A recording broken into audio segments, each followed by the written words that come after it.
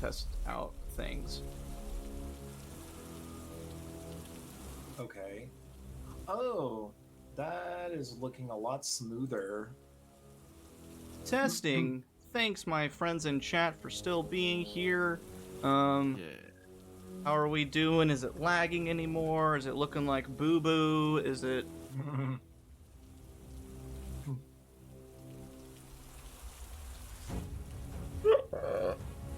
Boo-boo. Hey, boo-boo. Hey, boo-boo. Gives me some time to do a little stuff. Sweet! Looks better. Need my dry erase marker. Wherever it might be. Sweet! We're good now, Drew.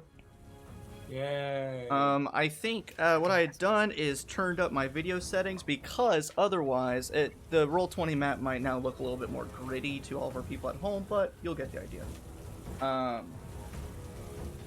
So, I'm not worried about that then. Sludig just punched out two of the cultists and hid behind a corner in the kitchen. He hears the clicking of gear and pistols, and Amina, you hear footsteps running upstairs. That's all of their turns. And now that brings us back again to Aveline's turn. Oh, fuck you. After, after all of these gunshots, they're flintlock pistols. She can't fire them again, so she is going to throw them down to the floor. They thud against the wooden floor in here. At this point, Kamin, even with your reduced passive perception, you can sense, and you're not sure if it's a trick of the light, if it's the immediate blood loss, the pain, not sure what, but you can feel the room getting darker around you. And already from where your vision was flitting back and forth, it is just crowding the edges of your vision. But she throws her pistols to the ground, pulls out, one of those kind of like notched fishing knives that kind of has like a little bit of a hook to it and a serrated edge. She pulls out one of those and lunges at you, Kamin. So a first strike, 21. Probably. AC 14. And then an 11. That misses, actually. Heyo! So that one is going to be 8 points of damage. Oh, thank Christ. And then you hear a clicking sound. That was her. Spiritual, another 11 to hit. Ha! Fires again, ringing in your ears from behind you. And then that is her turn. Oh, she's going to say to you, you can see now that there's been a change in demeanor. She says, now winded of getting up so fast and slashing at you with her knife, says, I'm sure, killing a prophet's gotta earn me a little bit of favor, right? Slashes at you. It's all about that power dynamic, and keeps lunging at you. And you see now, it's not... She still believes you. She's trying to top you. And you recall her saying, or making the offhand comment, like, what are you, jealous? And she said yes, she was, and a bit of seriousness to it. But that is her turn. And that's going to bring us now to Kamin. This is very poetic. Your turn. I'll, like, hunched over a little bit, gathering my innards, look up to her and just kind of scowl. I admire the ambition, but that was a mistake. And without moving at all, you just hear for a moment this horrible, tearing, ripping sound. And behind her, in the 5-foot space behind her, what seems to be just a tear or a slit in reality opens wide. On the other side, you see just endless cosmos, and suddenly these tentacles begin to reach around the edges of it and pull forward. As standing probably around 7 feet tall, this horribly amalgamation of tentacles and other slimy, viscous body parts begins to climb out of this hole in space, all coming to head at a large cephalopod-like head with several tentacles dripping down, as it just begins to continuously whisper ominously as I cast Summon an Aberrant Spirit, Star Spawn. Oh, that's so gross! I love it! So first thing first, I need This tells me. I need her to make a wisdom saving throw as the whispering aura around this creature begins to assault her mind. 13. That would be a failure. She takes What a fun. some psychic damage. Okay. She takes 11 points of psychic damage from this Okay. whispering aura. And then it is going to just reach out with its tentacles and boom! Just big old slap to the back of the head. Pulls off its sandal, throws it at her. That is a 20 to hit. Oh god, yeah. It's not a natural 20, but it is a 20. For, funnily enough, 12 more points of psychic damage. That absolutely catches her off guard. At seeing this horrible monstrosity, bit of fear, but immediately replaced with this ravenous, fury.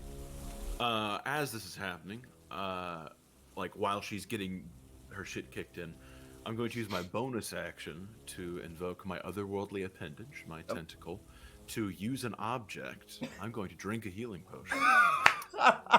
Now, is Malachi currently within 100 feet of me? I know he's above me, but Yes, is he still within yeah, 100 feet? yeah. Gift of the Ever-Living One, Warlock Invocation, maximum value gained from any dice roll to heal myself. So instead of 2d4 plus 4, it's 12. Oh man, trigger turning hit point. That's awesome! I didn't even know that existed. I love it. But just as she's getting her shit kicked in, just kind of drinking that right quick, and then keeping up the persona of you fuck up, honey. I like this idea of your tentacle holding the potion, and you're trying to find it. Give it. Oh, I love it. And that is my turn. Alrighty, it's more descriptive. At the end of your turn, and you kind of get your bearings and glance around the room, you can't see the glass of the door anymore. It is covered in this viscousy, thick, almost tar-like ooze, and you can see these bulbous red eyes bubbling within the surface. That's horrifying. And now that brings it to Amina. Amina, you've heard these gunshots. You've heard Sludig. You've heard probably some very distinct Sludig noises. A bit of a scuffle, and then silence. So a slight sizzle as people were used to put out fire. Yeah. But if you look at the map, Daniel, I realized I made a mistake whenever we were playing last time, and I did not have enough time to fix the map. There is essentially, at the end of the little servant's corridor, there's just a small servant's closet. Old brooms, dirty old buckets, things like that, and then it's the door to the foyer. So there's just a little extra space in there. But it doesn't really change anything, besides there's an extra door, effectively. Thank you. Thank you, Richard. But Amina, it is your turn, and you are hidden. They do not know you are there. So you can use that to your advantage, or whatever you want to do. Okay, so I'm looking at the map, and I'm trying to make sense of just how far I can go because I have an idea of what I want to do. I gotta figure out how I want to do it. And I don't think you've played with a battle map before. So, on the map, each square is 5 feet. Okay. And what is your movement speed? 30. So you can move 6 squares. This hallway is fine. It's not that narrow. But essentially you can move 30 feet any which way, barring, the walls and stuff like that. So 6 squares. Okay. Let's see here. What? There's the thing from last time. Okay. All of the little... I forgot to even go through a little map thing. All of the little wooden things that are technically stools according to Roll20, I use those to represent the bird cages.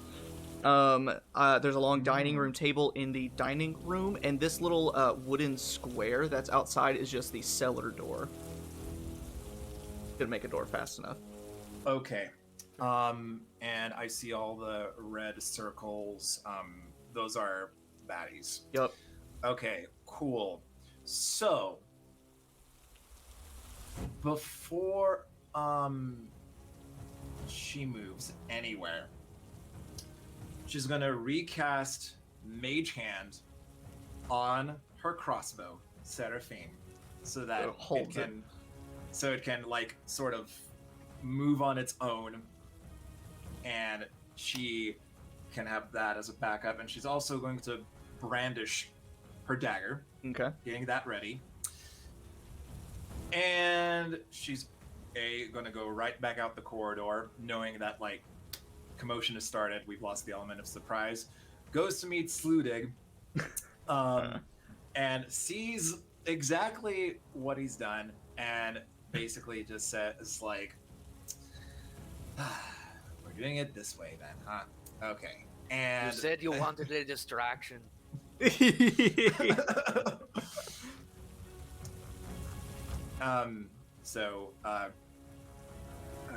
that's where we'll go. And I think also what I can do. Oh yeah, I have a cunning action too, so I can use an extra action to dash, right? Yes. And that's the same as my movement Yep. speed. So you just move an extra 30 feet. And you can see, I assume, Sludig, you did not close the kitchen door to the dining room whenever you went in? I did not. Okay. So, Amina, you could probably tell as you pop out from the servants' quarter, kind of peering through the door into the dining room. Candlelight, lantern light illuminating the space, and there are, shadows being cast all over from people in there. You're dark in there at the moment, so you should, or at least dimmed. So they likely won't be able to see you, but if you get 2 within line of sight, they'll have eyes on you. Okay. So,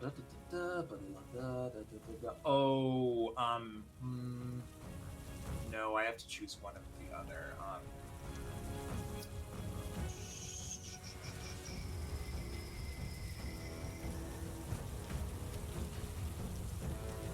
Okay.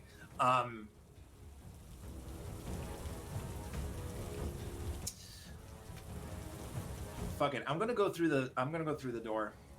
Gonna dash through. I'm gonna dash through. Okay, She prepared ahead of time for a reason. Yep, you sprint through your flying crossbow right next to you. And do you just want to get up close to the first person you see?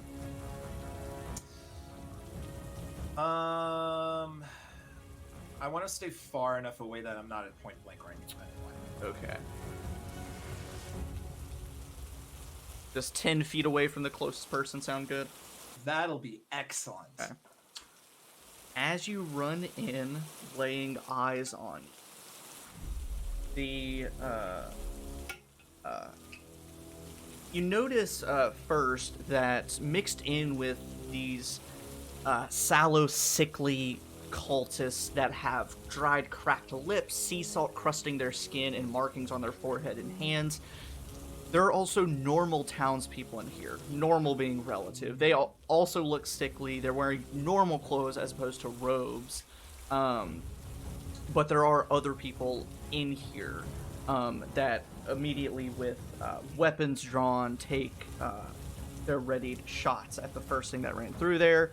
However, they're also normal people, so one is a 15 to hit, and I believe I have your things up here. Amina, your AC is 16, so a 15 does not. I just lost my d20. So a 15 does not hit, an 11 does not hit, and I think the only other one shooting, there's only one more shooting with another 15 to hit.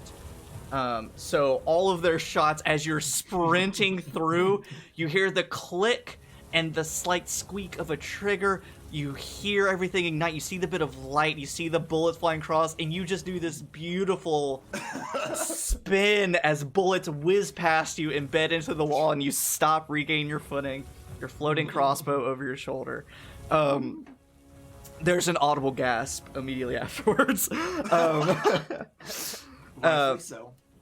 And then that's going to bring us now to the cultist's turn in here. Upon seeing you as well, Amina, you start... I don't remember if this happened to you, but if it did not, in your ears just ringing from the crack of the gunshots. As it starts to fade down, that muffled sound in your ears gradually replaced with the crashing of waves until it's almost deafening. And so, Amina, if you will make 2 wisdom saving throws. Okay, that would be...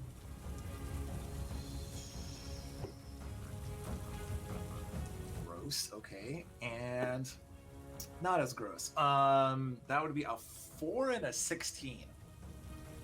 16 saves, 4 does not. And Amina, have you taken any damage? None yet. Sweet, sweet, sweet. Oh, that's going to be much less damage. So, oh, awesome! Amina, you take 5 points of damage as the crashing makes your head pulse for a second, but then you shake it off and regain yourself. The others, this hoe down here doesn't know what's going on, so he's gonna run over to the door. 3, 4, 5, 6. He tries to peer through the glass of the door leading into the sitting room where Kamin is, but he can't because of this ooze covering everything. And then his raspy voice calls out, says, "She's doing it! She's doing it!" This guy up here is going to run down 2, 3, 4, 5, 6, dashes over here, slams, moves the bird cage out of the way, pushes it behind him, and just steps into view.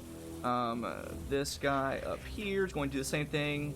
5, 10, 15, 20, 30. He's just going to push past them and stand here. They're all like climbing over each other, trying to see through the window, or the door. But that is their turn for the most part, because they have not called out. And then I think that's it. Awesome. Oof. Oh, ooh. This is lame. This is very lame. Sludig. So Nope, seeing hold on. Amina- Hold on. The small servant's door that's next to you, you see some glowing red eyes in a black ooze like peer through it, and you make brief eye contact and it slips back away into that corridor. And hides away. That's normal.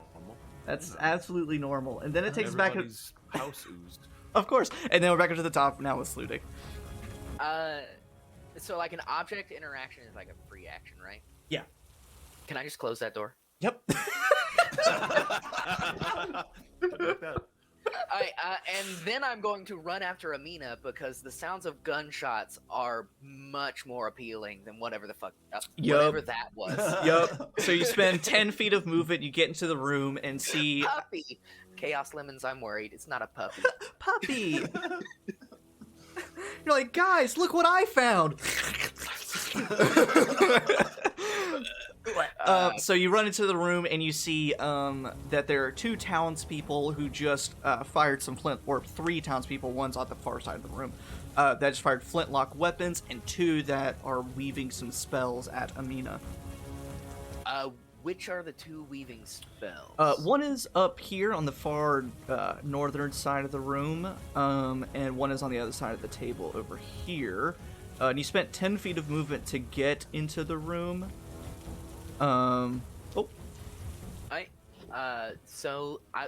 Those 2 people that are close to each other, I want to rush over to the one that is weaving spells, and then as part of my 2 attacks, I want to make an attack on each of them, but I want to slam their heads into each other.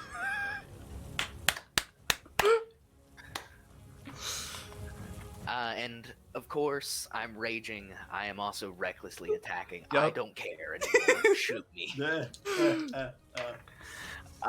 Thank God I was. That gives me a 19 instead of a nat 1.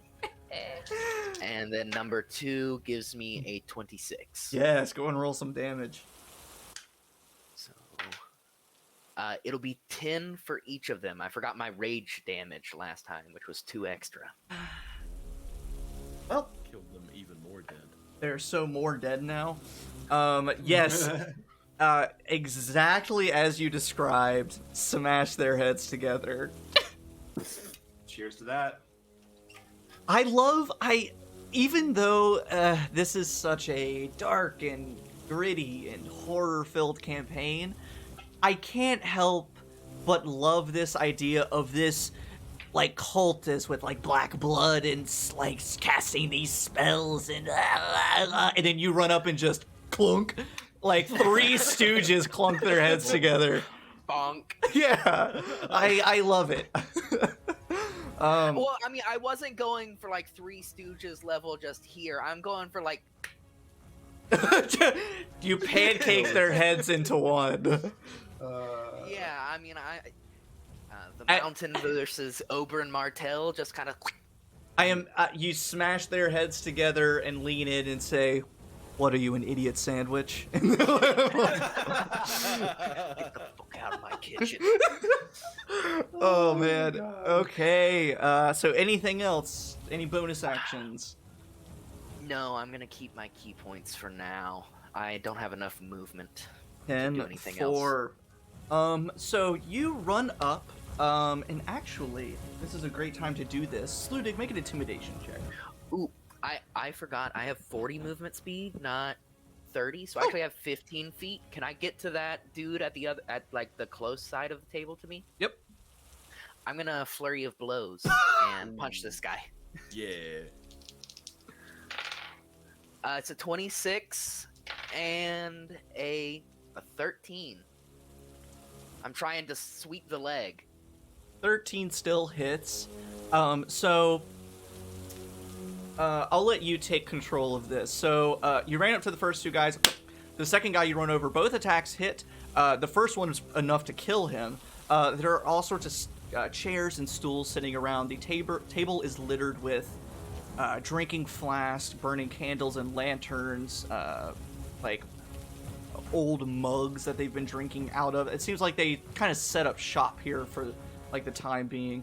And you run up. The first attack is enough to kill him. How do you do this? So I go to sweep the leg, expecting like a fair fight between the 2 of us, but I like break both of his legs because he's like sick and crippled. And assuming he's out of the fight, I see a lantern, and I'm once again drawn back to them burning down my house. I just hurl the lantern at the closest guy. Oh my god. I Burn down a different room. Just burn down the whole house. You burn down my village. is on fire. I'm gonna there are rules for this. I don't remember exactly what it is. I'm just gonna have him make I'm proficient in improvised weapons because I have the Tavern Brawler. That's true. I now I gotta look it up because I need to know it. While he does that, Sludig can talk about his past. Yeah, Sludig, talk Oh, about your no. traumas. No, I'm just kidding. Okay. We got a So apparently he's got enough. We got a redeem flashback in chat. Yeah. Okay. Oh, someone actually did. Oh no. So as Sludig heard, well, is this for me? I think it is. For So Sludig reaches out for this lantern, and he is immediately drawn back to months spent traveling alone on the road, trying to figure out who these people were, only with the name Katu to try and figure out where his wife may have been taken to. In these times, he became very detached again from society, much as he was before he had met Ilya. And he kind of hid from civilization, only going into the small towns and villages to try and discover whatever he could about these strange cultists. And it was not long, it was quite a long time before he reached a point where he found a man who seemed to have lost his memories, and this was the first person who he felt wasn't exactly out to get him. This is a person he could trust wasn't a member of Katu, and that's how he met Kamin on the road. Contrary to the things Kamin says and does. I love it. But yes, Sludig, Set up now. yeah, it's set up now. Sludig, he threw the lantern, a 13 still enough to hit that guy. The lantern smashes, throwing flaming oil all over this cultist, and at the start of his turn, he will take a fire damage that will probably kill him. God damn. Right on. So that's it for you. No more. Now it is the townsfolk turn. Sludig, make an intimidation check before we go away from you entirely. It's an 18. That is a 22. You see from across the room the townsperson that is over by the window that fired their weapon. They were just getting to reload, and they shot 3 shots at Amina, and she managed to slip through all of them. That's shocking enough. And then seeing you come in and do what you just did, squash 2 people, sweep the leg, breaking a guy's legs, and then lighting another cultist on fire, all in the same switch series of motions.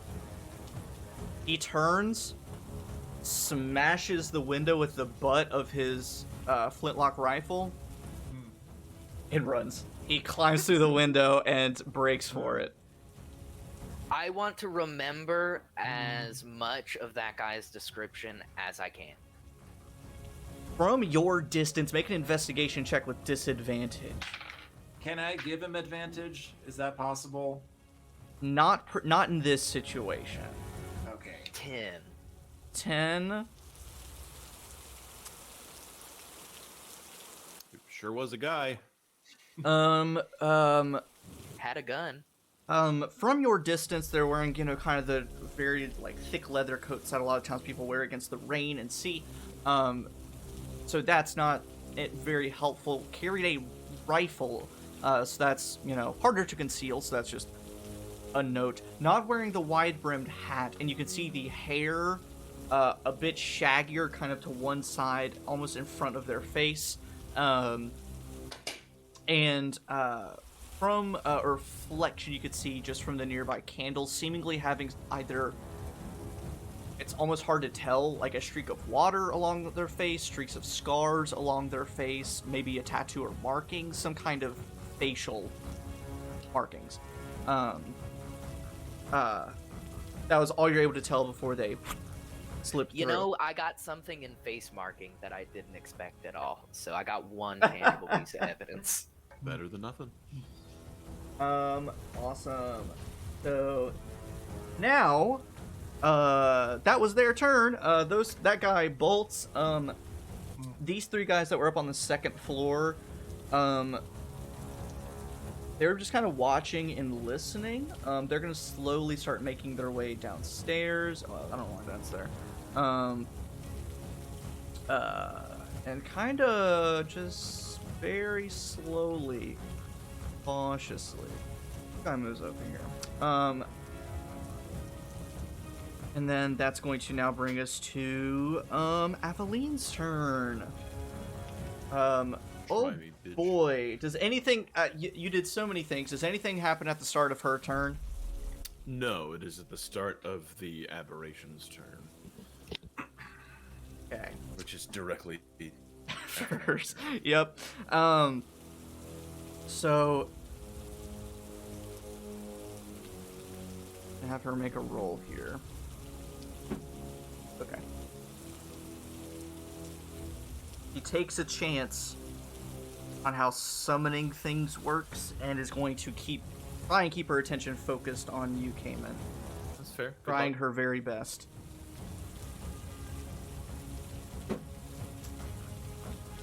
$15. That hits, correct? That will hit. Yes, it does. And then a 16. Those Just. will both hit.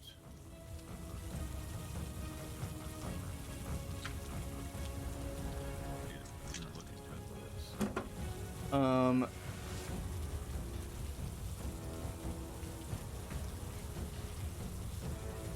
$24. I'm conscious. Ayo! Little Gotta make a save, victories. though.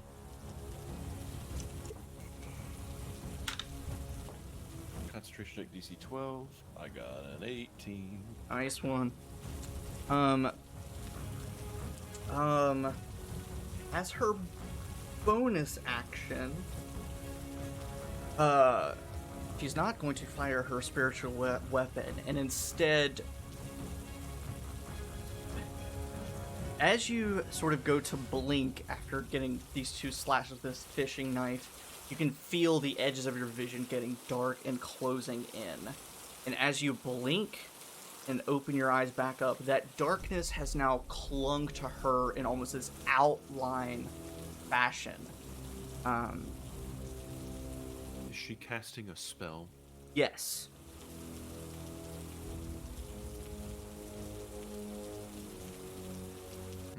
What's she gonna do? Do I recognize the spell? In your dealings with the cult, make an Arcana or religion check. I am so good at both of those things. So an nat 18 for a 19, though. Boy. This is a shielding spell. It is meant to raise her AC and protect her. Nah, never mind. Fuck that. So she does that. And that is her turn, because she can't back away or run anywhere. And then that's going to bring us now to Kamin. After getting slashed again and again, no words, I'm just going to lock eyes with her, intently stare for a moment, and cast Mind Sliver. I need her to make an intelligence saving. Oh boy. Oh boy. Oh boy. That's a 11. That is a failure. So first things first, she takes 7 points of psychic damage. Okay. How is she looking?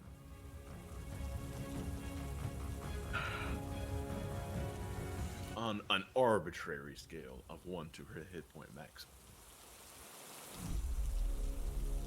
Most of the damage she has sustained has been from psychic means. So at most you can tell she is frequently like wincing and like closing her eyes. So she seems to be in pain, but she has a fighting spirit about her that she is determined. So it's hard to tell. Additionally, part of Mind Sliver, she has a minus D4 penalty to the next saving throw she makes. Oh boy. Oh, now which I need her is... to make a wisdom saving. Yep. Oh no. Okay. Plus. Threw a bunch of stuff around. Minus the D4. That is a. I rolled a natural 17. Dirty 20. That is a success. Let me double check. I don't think she takes half, but let me double check. Yeah, so she's fine against the whispers. But he's gonna make a slam attack. That is a 21 to hit. Absolutely. Actually, are we flanking? Is that a thing? Like I said, yes. I thought it was. I think so. Okay, yes, we'll say yes for now. I'm pretty sure we did. Roll again. And that would be a natural 20. Yes. And pause. So the way we're doing crits for this is whatever the maximum possible damage is on the normal die rolls, you take that and then roll damage on top of that. So what you would roll for the damage? 1d6 plus 7. So you'll roll 1d6 plus 7. And add it to 13. And add it to 13. So make that 23 points of psychic damage.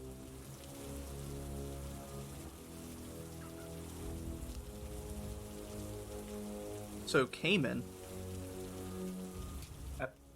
you with your horrible monstrous spawn standing nearby, you're bleeding, just now in a pool on the floor, darkness crowding your vision. You sick your monstrosity on Aveline one final time, and she, dealing 23 points of damage, she has 23 hit points. Literally, no lie. There it is right there. How do you want to do this, if you wanted to do anything in particular?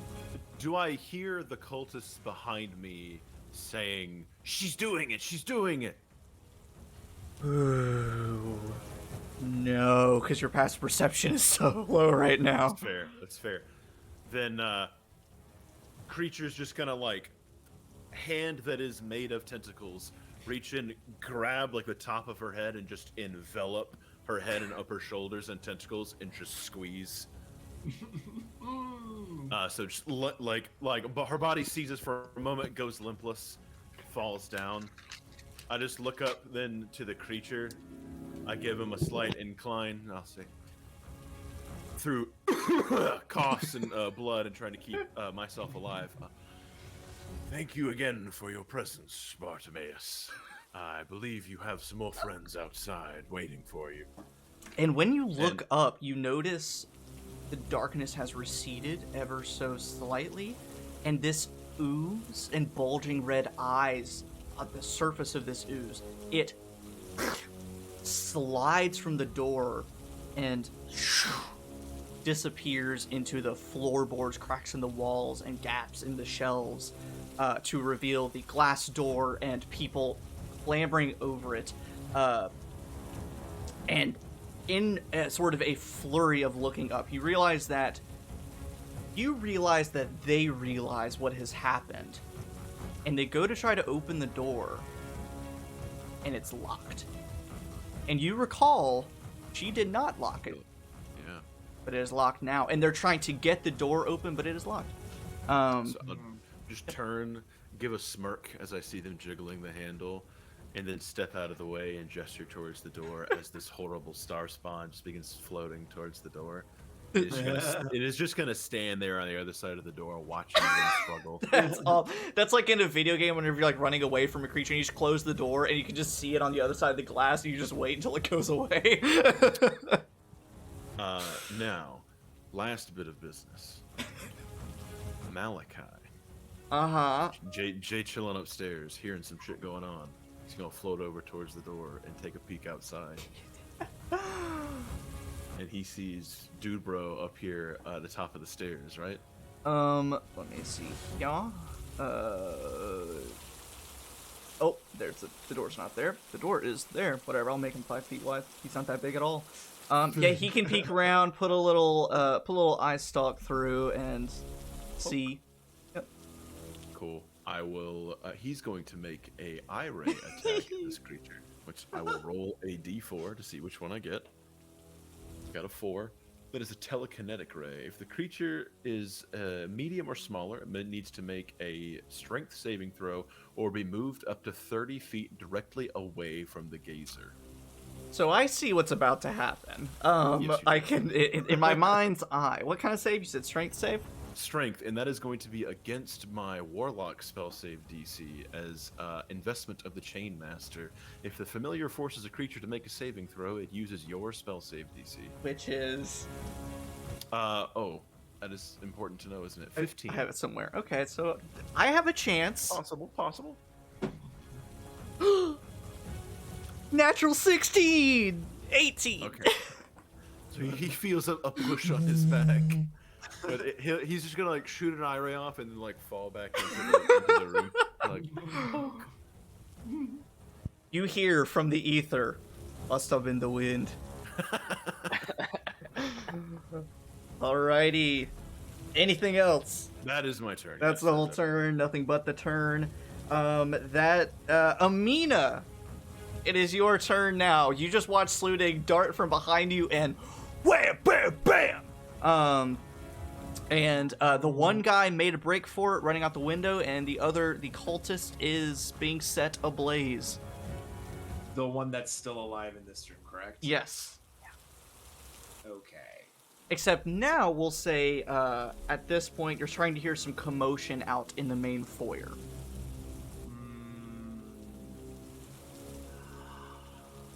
Okay. Here's what I'm gonna do. I'm gonna turn to Sludig and say, on this signal, go crazy. And I'm gonna dash through the door. Am I not already there? Sludig falls out of his rage. More crazy? What's that? What? How do I do this? Is this Super Saiyan 2? Like, sorry, Daniel.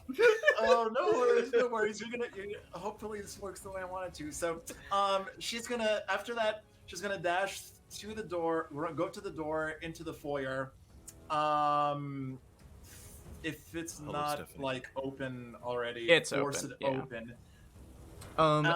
And by the time you at least exhaust your movement speed, getting past the cages, you can now see a group. Oh, yes.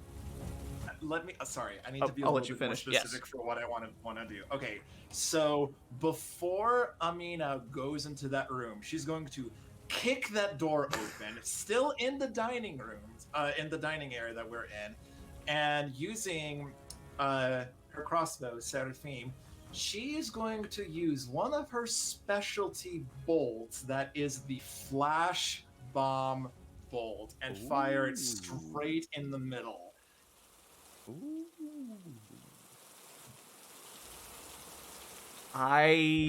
Honestly, yeah, you do that, you make the commotion, you fire, it explodes, blinding light fills that area, and you hear the commotion stop. You have gotten their attention. So that was a portion of your movement, not all your movement, a portion of your movement, action to load fire crossbow. Anything else you want to do? Let's see here. You can yell, you can run back, you can get out of the door, you can do whatever you want.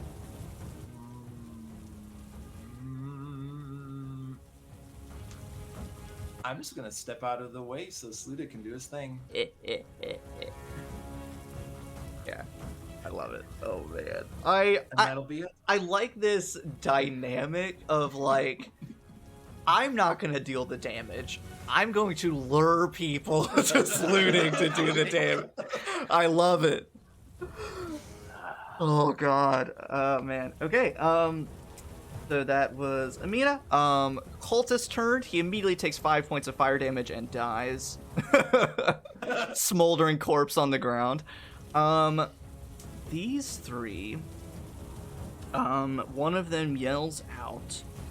And all of you effectively would hear this saying, they're coming from behind! And they They run out, not totally to the open. One of them runs closer, ducks behind a bird cage, and peeks over to see what's happening.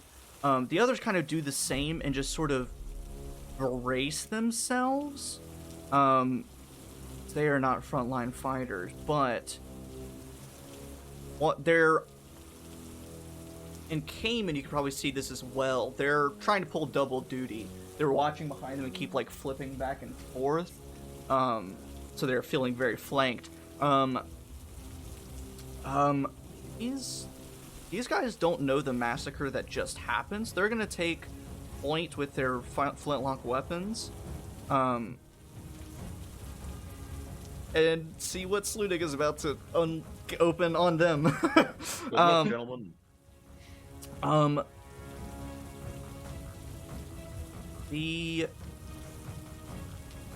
You notice, though, as the three cultists begin to weave their spells, getting ready to, start their own fight, the curtains that drape over the bird cages begin to flutter and whisper around.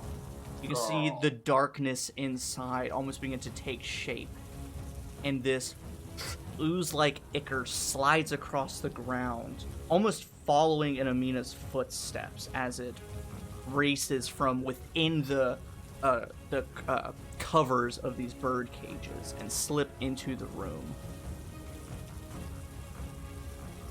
Gross. And Amina... Logan, one quick thing Yes. that I forgot to actually mention about this attack, based on what we agreed upon with the way the bolts work. If the creatures were within 5 feet of where the bolt hit, they need to do something with their dexterity or be blinded. Yes. Is that still applicable? None of them would have been near the center of the room, but if you wanted to, you could have fired at the group of cultists. You just had to move out a little bit farther than the door to do so. That's fine. Or at just one of the sort of townspeople with guns. Okay, that's fair. Never mind. It's just whichever, if you wanted to do that. I already fired. It already happened. Let's just go with it. Alright. Bubbling and hissing as it enters into the dining room, this sort of living gloam almost, this oozy darkness. And you watch as as it moves, its limbs almost like peel off of the floor, like it's having to rip itself from the ground. And it makes these horrible sucking and bubbling sounds. Its eyes seeming to move across its body. And as it chases after Amina going into the room, it lashes out. We'll see how well it does. Nope, that's only an 11 to hit. However, as it dips into the room, Amina, you look as the two enter into the room. There's there's a chair just at the end of the table. The lanterns and candlelight are casting a dark shadow on the ground. These two ooze-like creatures converge on the shadow of that chair, disappear into it, and vanish entirely, and reappear in the shadow of a chair next to Sludig. And then that's going to bring us back up to the top with Sludig. So these creatures immediately take me back to the time when I almost died. And Sludig, for some reasons, assumed Amina knew these things would show up. All part of the and plan. Thinks that this is what she meant when she said go crazy. So I'm gonna recklessly attack. I curl my gloved fists in and start wailing on these things. Or I guess on the one to the left of my icon. When I was a boy. Oh god. I got an 18 to hit for the first. That's going to hit. The second one is a 22. Yep, that's going to hit. And then I'm gonna roll the damage first before I see if I need to attack more.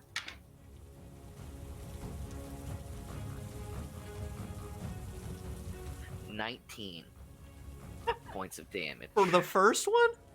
No, that was two. First two. Oh, it's first two. That was my attack action. I was No, like, God, just I on wish one? Fists of Doom. Yeah, so with that, it appears, hisses bubbles out of the darkness, and it lets out this hissing, bubbling sound, and you boom, and it splatters against the floor. The other one's still there. I'm gonna use another key point. Get rid of it before it does anything to us, hopefully. Use my flurry of blows, recklessly attacking for a 17 to hit. That's gonna do it.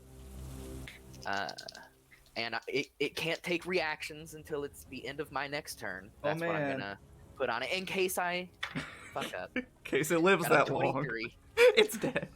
Or is that to hit? Is that damage or to hit? That's a 23 to hit. That's it's gonna kill it, man.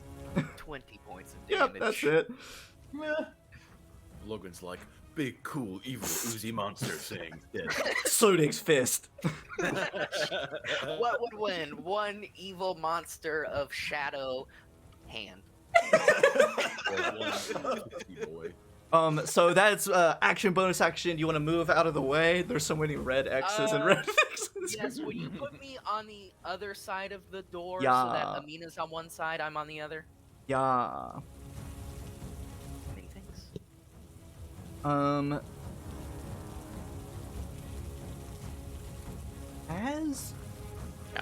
As you run in front of, or do you want to do some like table hopping stuff, or are you just gonna kind of run around and? Sludig's a simple man.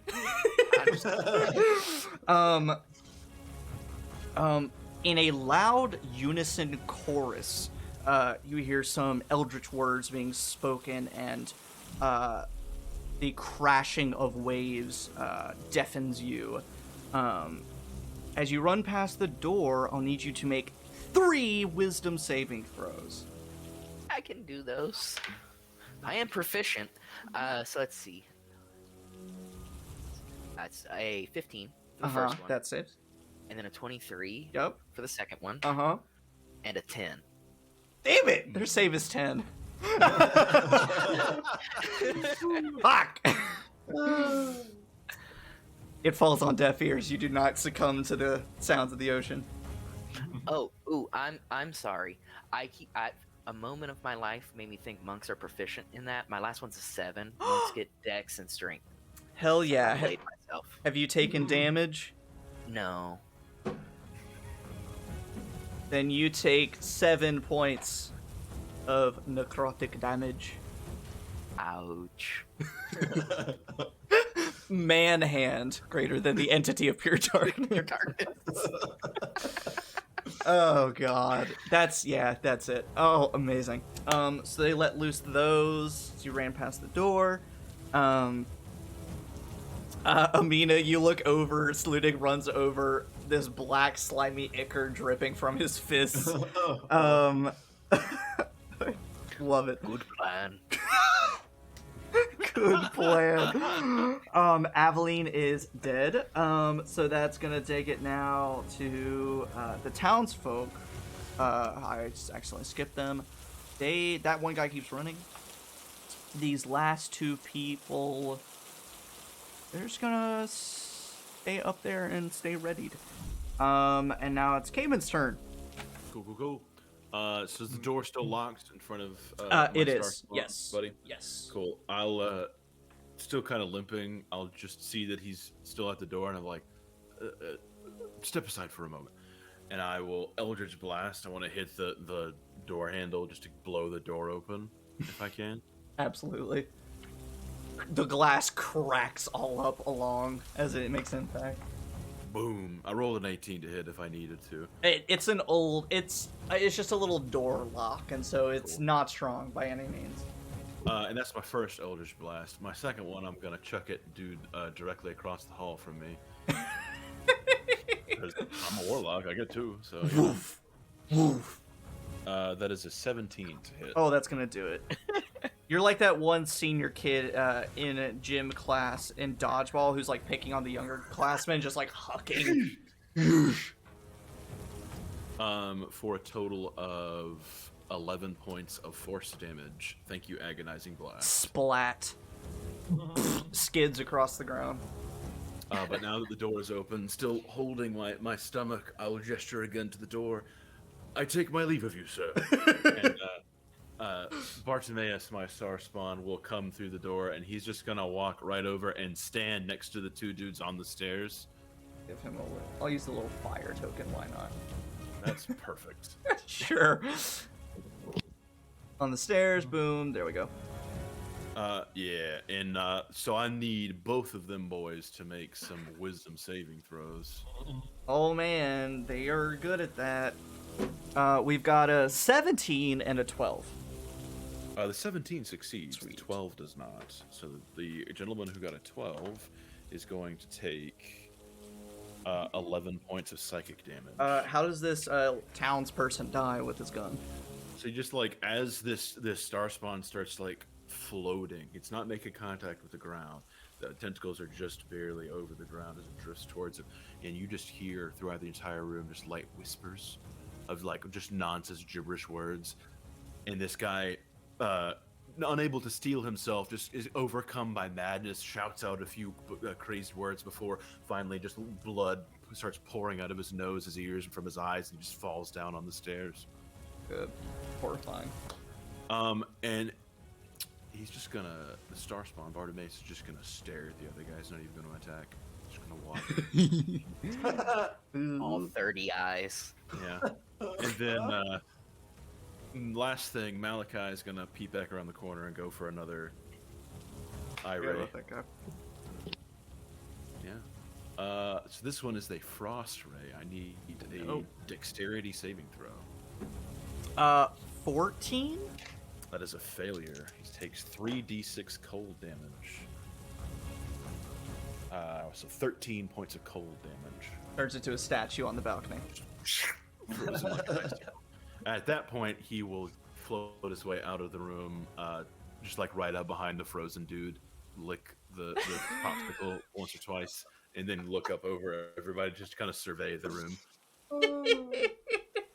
Like a popsicle. Oh, terrible. All right, Amina, you and Sludig flanking this door. You now hear some ruckus coming back out in the foyer. Okay. So let's see here. The guy that's directly within line of sight of the foyer, he's looking towards the dining room, right? Yes. You imagine, you kind of, if you take a quick glance, probably see what Kamin saw earlier, that their attention is being pulled in all sorts of different directions. So, looking that way, but not amazingly. So he's distracted a little bit. You could say that. Okay. I am going to try and sneak attack him with a dagger to the throat. Oh, I like it. We'll say for that, you can use your cunning action to hide. So go ahead and make a stealth check for me. Okay. Really? 11. He is distracted. They're all distracted, in fact. So using the bit of shadows cast by the railings of the stairs, the various bird cages and things, you are able to slink your way up close enough to get at him with a knife. So go ahead and make an attack roll at advantage. So roll twice, take the higher result. Okay. And sneak attack does also, if it's successful, it does an extra d6 of damage. It does a couple extra d6 of damage. All right. I will have to look to see for your level. Yeah. Okay, sorry, say that how many times? So roll the d20 twice and take the higher result. Okay, and that's poop. And dust poops. Oh, that's a 1 out of 10. Oh What the hell? man. And then you would add whatever your bonus is for your knife. It's probably your proficiency and dex bonus. Efficiency and dex. Okay, so.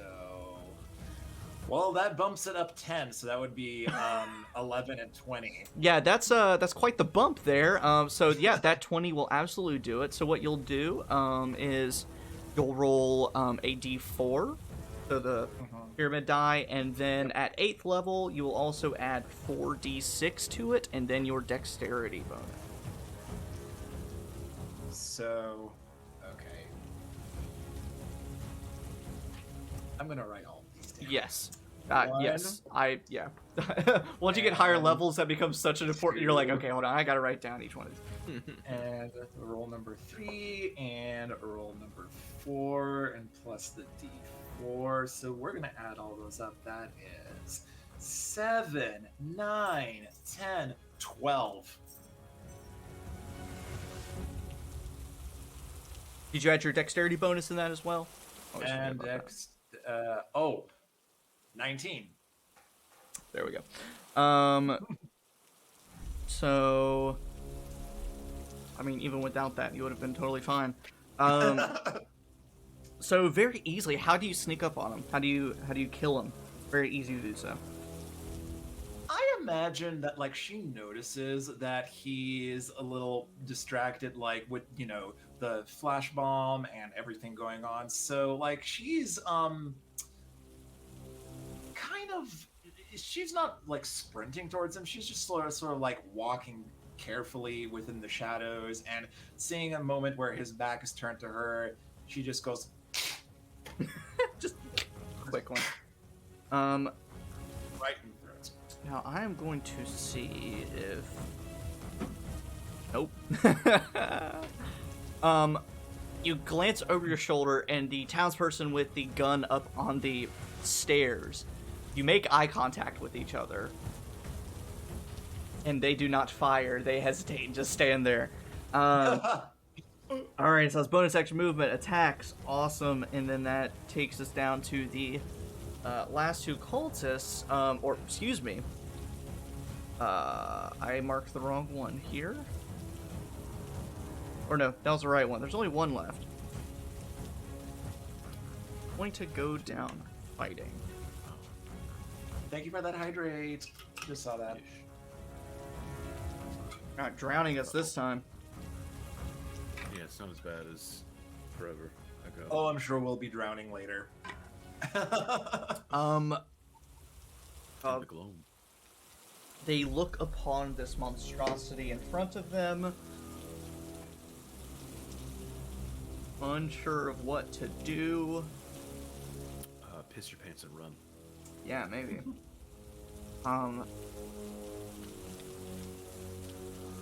Going to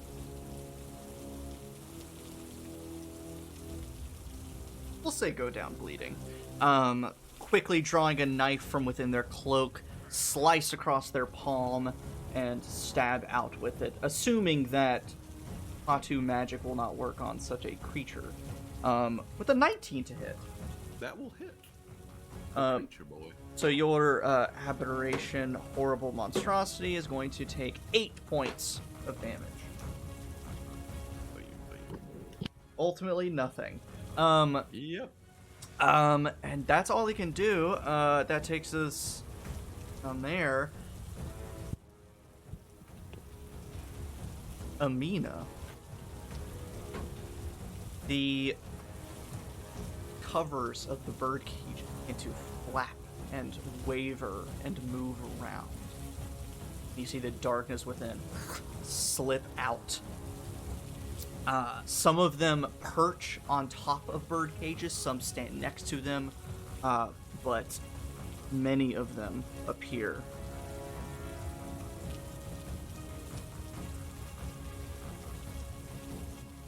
Oh boy.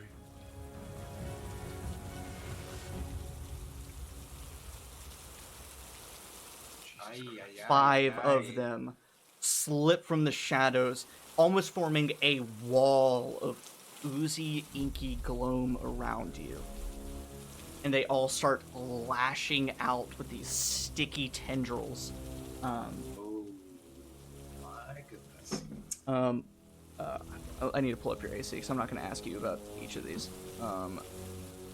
AC is 16. That's a miss. That's a hit. Miss. That's a miss.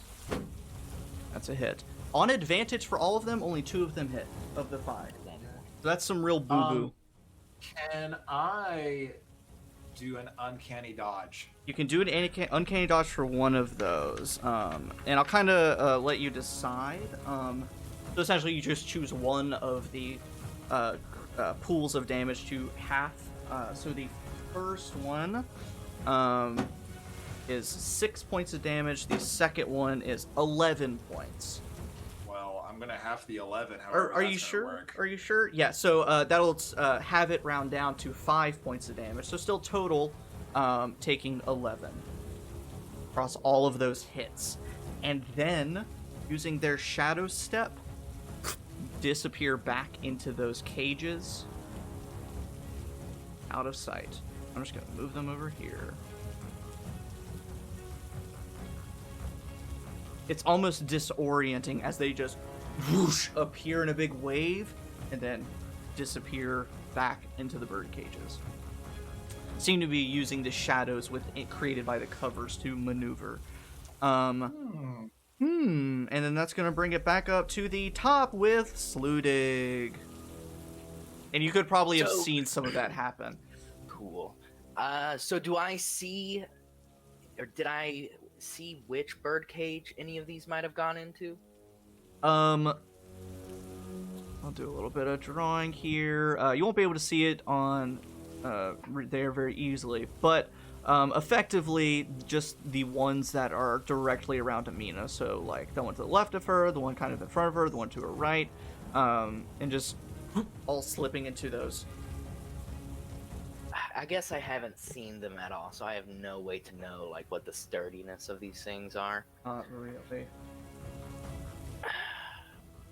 I'm going to push through Amina's square and rush over, sprinting past Amina to deal with this last cultist, because that's all I can see. Let's see. 35. Oh, wait, that guy's dead. Okay, 35, 40. Yeah, you're fine. Okay. 10.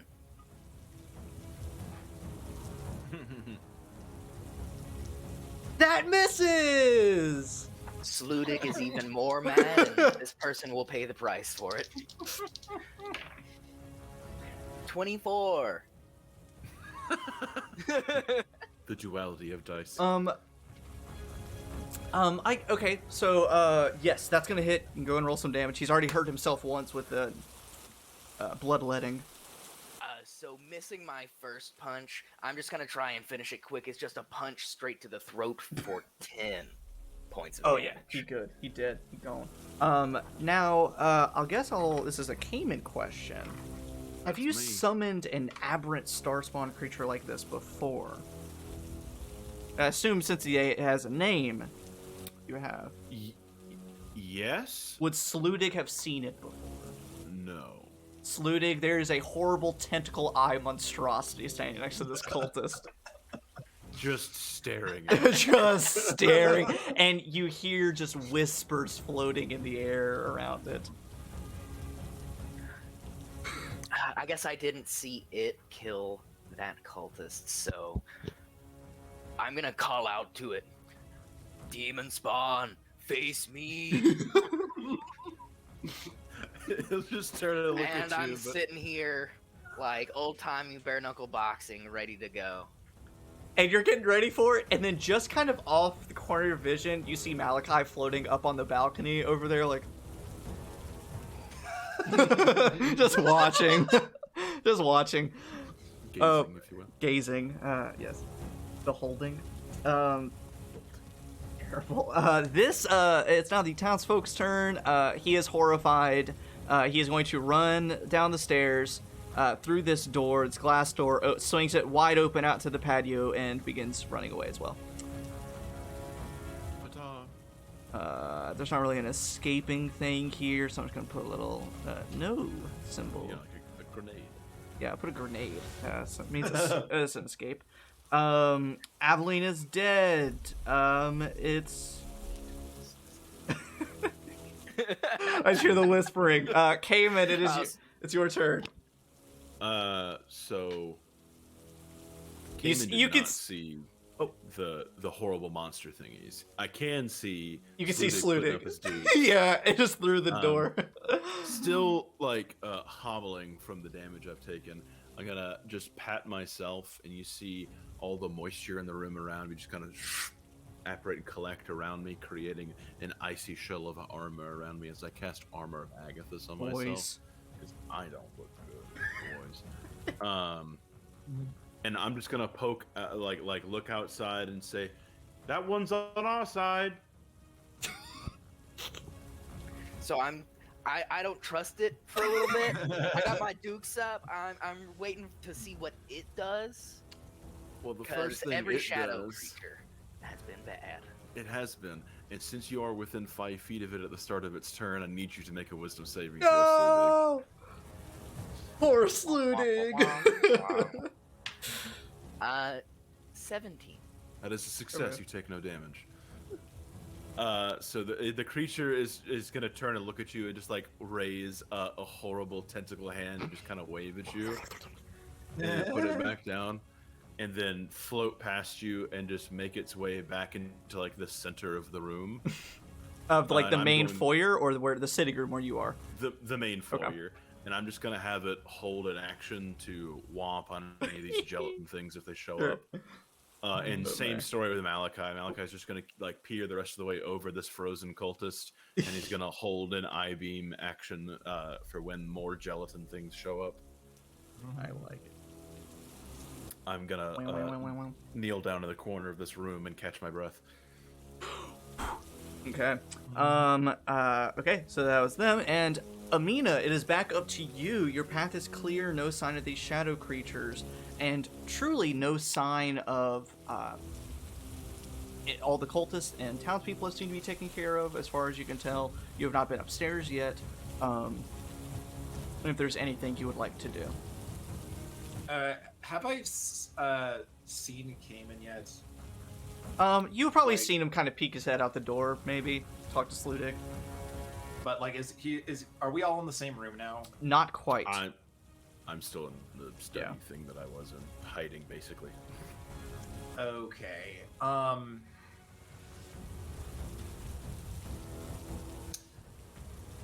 gonna move closer to the two of them so that we're basically as tight as possible. And as I'm doing that, I'm gonna chug a potion of healing. Sure, awesome. Is it just a regular potion of healing? It's just as a regular potion of healing. So that is 2d4 plus 2. And I'll assume as well, the big creature gives Amina the same treatment of just like a wave. Yeah. All right. So that'll be 6. Okay, awesome. And that's gonna...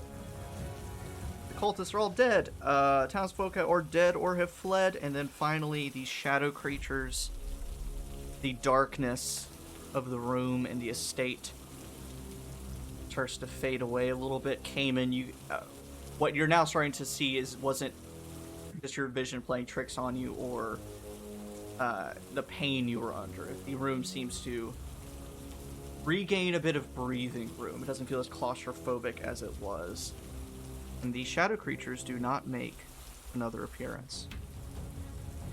The townsfolk who are in here make their leave, make their escape, and the manor, the estate, lightens up, goes quiet, and you take a moment to breathe. And that's where we're going to take a break, because it has been about an hour and a half. Good time. So what we'll probably do, we'll take a quick pee, drink, snack break, play for another half hour, 45 minutes to kind of keep the momentum, see where they're going next, and then they can chat while it's all fresh, and then we'll we'll call it there. We do not have 30 people, so unfortunately there will be no giveaway tonight, but I'm hoping we'll be able to do that soon. We'll get there. We'll get there. So we will take a quick break, and we will just be right back. All right.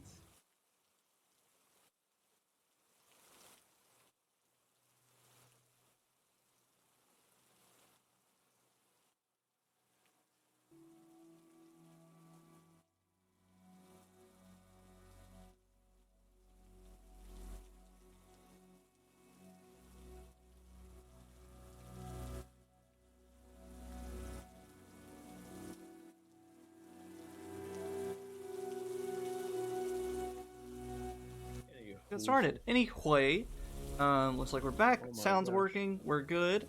All right. Thank you, Flamel110. Yeah. Oh my goodness. Yes. Thank you, Richard. Oh wow, thank you. I hereby declare this break over.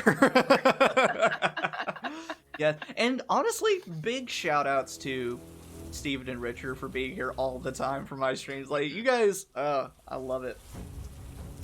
Maybe we can have you on one day and play in a little guest Do thing.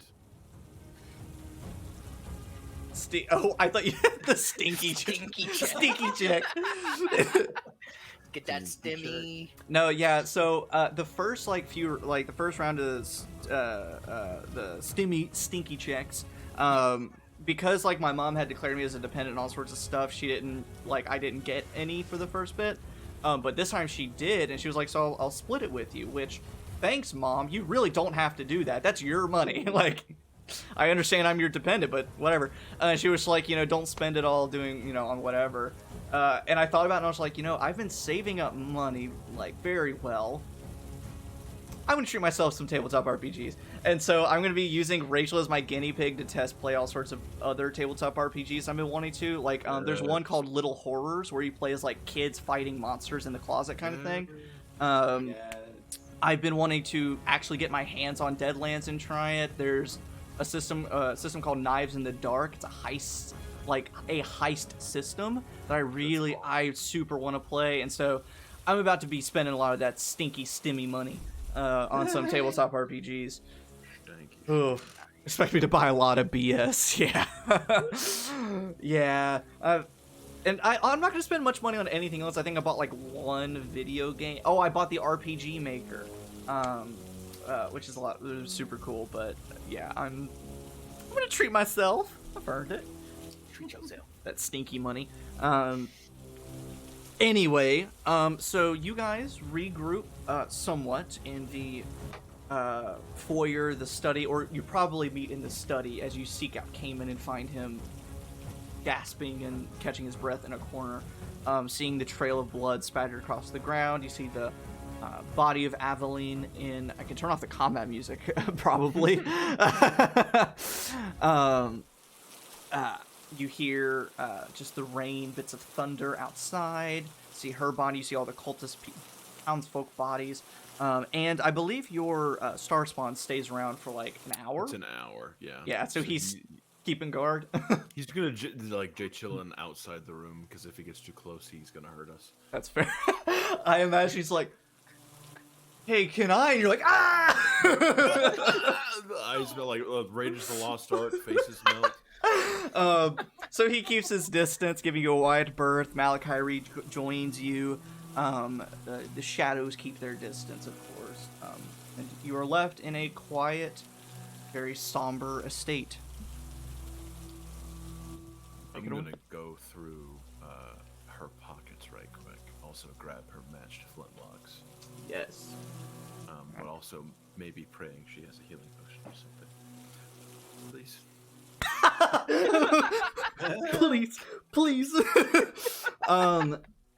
So yes, and I have it written down here somewhere. Yes.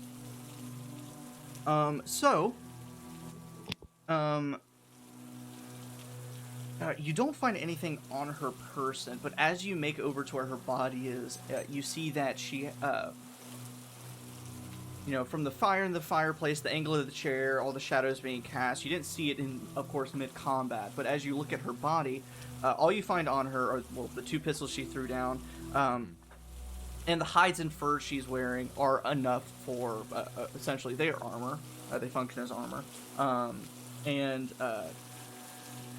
doesn't have anything else on her besides, you know, a simple, like, leather necklace with, like, a little copper charm on it or something. But you see the silhouette of a pack leaning against the chair. And so you can kind of go over there and fumble through. And a lot of it's, you know, again, kind of equivalent of like a simple like drawstring bag. It's not, there's not much room, not many pockets, so it's very easy to kind of dig through. You do find a potion of greater healing. And what catches you is you notice it is a simple, almost like pyramid-shaped corked bottle that has wax melted over top of it to seal it, with a label that you've seen before for the Ordist here in Driftchapel. On top of that,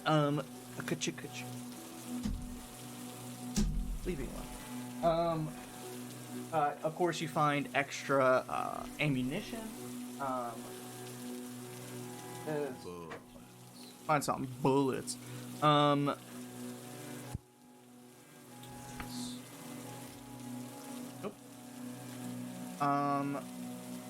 You find odd, like, ritual implements, some incense, candles, little things like that. And for you spellcasters, effectively you find 25 gold pieces worth of, like, incense, candles, and chalk. So you could either use that, and this is where we're getting a little fun, a little flexible, and Drew will be kind of familiar with this. Drew and I play in just a home game, a Google Hangouts, Google Meet game, and we have been for 2 years? Yeah, I mean, it was pretty much right after I moved to California, so... not 3 years. This 2 years. September will be 3... Like, I guess it's probably not September, but October, November will be 3 years. Man, that's a miracle. That is... Yeah. God. But we play in a campaign where they have a ranger, a druid, and a barbarian. And so we kind of did a bunch of fun world-building stuff. They're in sort of this natural order of, they defend nature, they worship the nature gods, things like that. But one thing that we did is that they don't necessarily trade gold that is used by the Empire. They trade things and stuff and gems and ingredients. So for these purposes, the candles, incense, chalk, and other like kind of miscellaneous dust of things, bone dust, stuff like that, it accumulates to 25 gold pieces worth that you guys can use as either a spellcasting or portions of spellcasting stuff, or you can trade it for 25 gold pieces worth of whatever you want.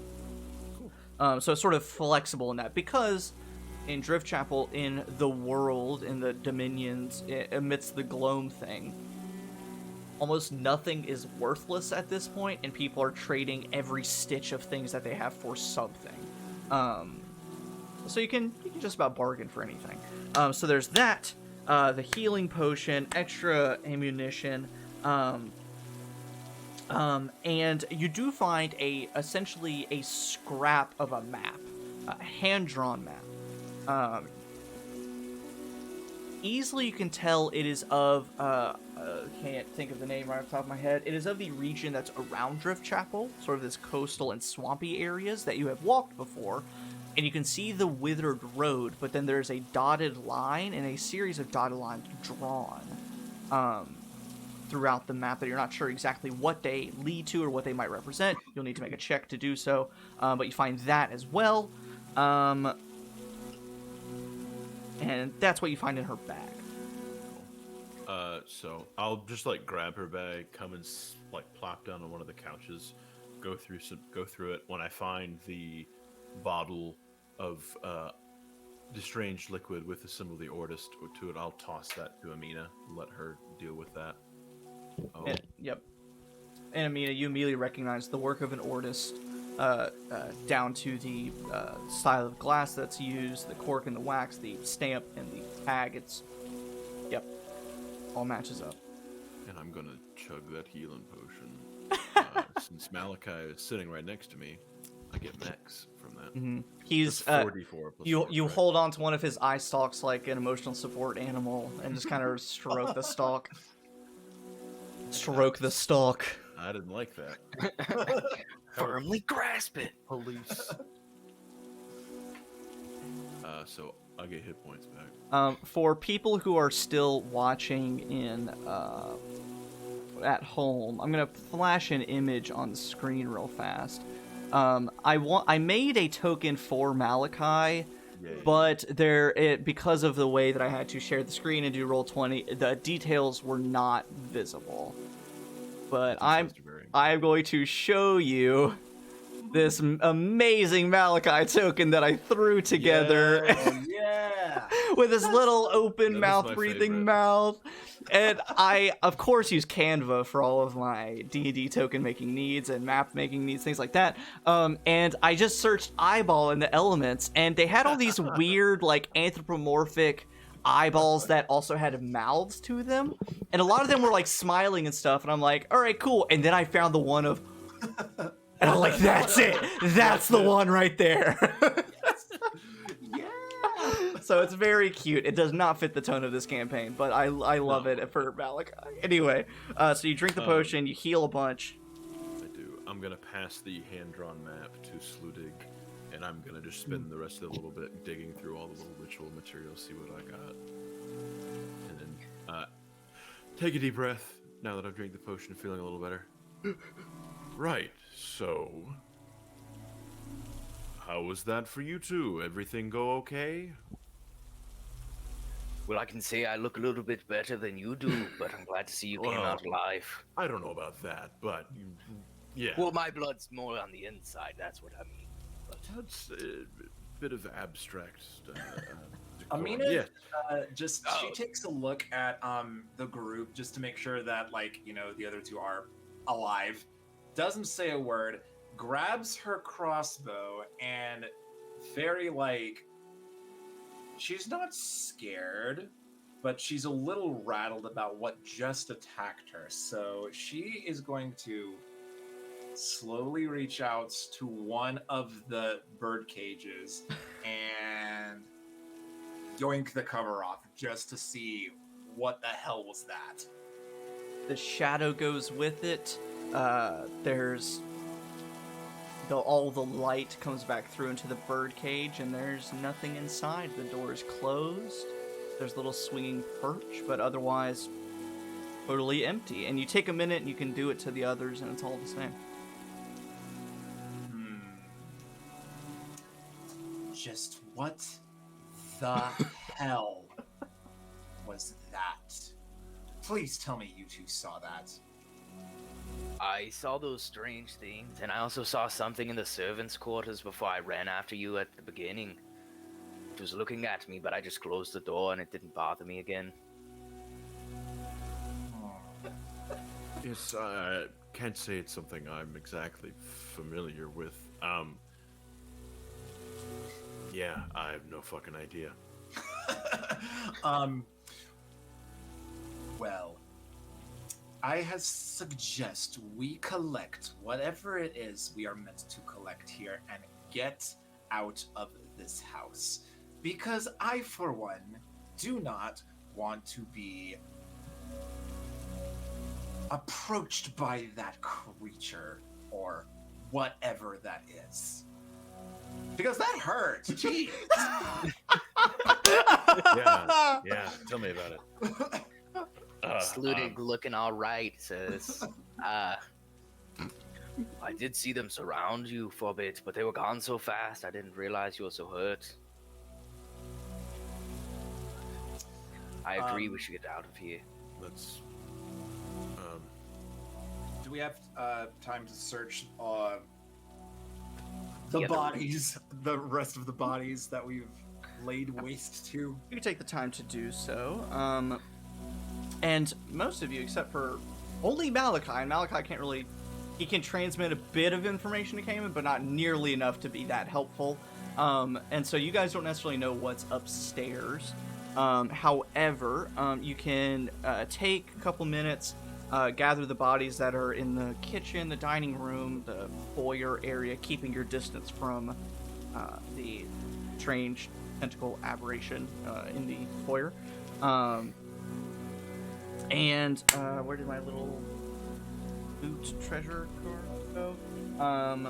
Kamin, are you just gonna sit back and relax and heal I'm up gonna some? sit back and go into Malachi's eyes, and I'm just gonna let him go Be my because eyes. just like float around. Get the feeling that he wants to go back up and look around before he was rudely interrupted. Rudely. And I'm just gonna watch as he goes. I'm not gonna try and control him to do anything. I'm just gonna watch. And also, yeah, Bartimaeus is just gonna stay there in the foyer and watch Nice. as well.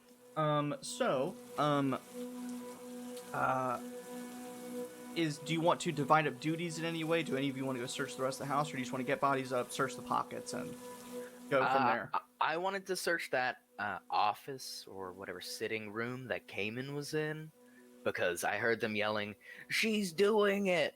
And I figure if there's anything important, it's probably going to be there. You do that. Amina, taking the time to search pockets and things, and I will put this into the Discord as well. You find, amidst all of their wallets, the townsfolk, cultists, and in various, little nooks and crannies of their robes, you find 120 gold pieces. Hell yes. 40 copper pieces, 24 silver pieces. Amidst various wallets and things. And of course, you imagine, probably gotten by ill means of some sort. You also find... Oh, I need to pull it up. Similar to the first batch that you have seen, or that you've encountered, you do find some spell scrolls. Oh boy. Yeah. Yeah. I think you may have found one before, but you do find a spell scroll. I can scroll up. We're not that far into this thing. Just roll for a scroll. Nope. You find a spell scroll. Amina, if you'll make an Arcana check for me. Easy peasy. It's gonna be a lot. It's gonna be practically 30. Nice. You find a spell scroll of Hold Person. It is a paralyzing spell that enraptures someone and essentially paralyzes them. And then similarly, as you have found once before, and again, a lot of these spell scrolls are not just on paper, they're on either some kind of skin or some kind of sheet of scales that they've been engraved on. It's all very atypical, to say the very least. And then the other one, which you have gotten once before, or have encountered once before, is a spell scroll of Inflict Wound. Actually, touch necromancy. And then, of course, once more you find varieties of little bits and baubles. If you want to make an investigation check for me to see of any significance or find any that stick out to you. Okay, investigation. That's going to be 36. How is that possible? Hold on, what is... Wait, that, you would have a plus 16 on a nat 20. Wait, am I not doing my math right? Because I thought, okay, because it's expertise bonus. So, yeah, so expertise is double your proficiency. So you're assuming investigation and arcana, those are two of your expertise skills. Yeah. What is your intelligence modifier? It's a plus 6. Plus modified. That might be your saving throw. So what's your intelligence score? 16. So it's plus 3. So you should have a plus 9 for your expertise skills using intelligence. Because it's 3 for your intelligence, then 3 twice for expertise, if you're proficient. Okay. I mean, yeah, that's still going to be a +9. And then what'd you roll in the D20? It was an 8. So 17. Okay. So Yeah, it would be a 17. Bear with me, folks. This is my first full campaign. So 17, finding lots of odd bits and baubles. Most of them similar to how a spellcaster, a wizard, a scribe would use specially made ink with like gem dust and things like that to be able to use as a focus for making spells. You see a lot of similarities with that. There's just all of these strange, like, you know, like the bottom and top half of an oyster shell, a specific looking seashell, a vial of sand that on itself poses no value whatsoever, but you imagine that they probably carry it for some nefarious reason. But nothing that stands out as being particularly unique. Lastly,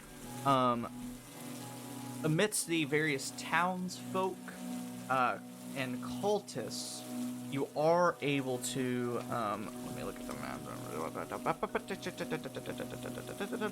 Yep.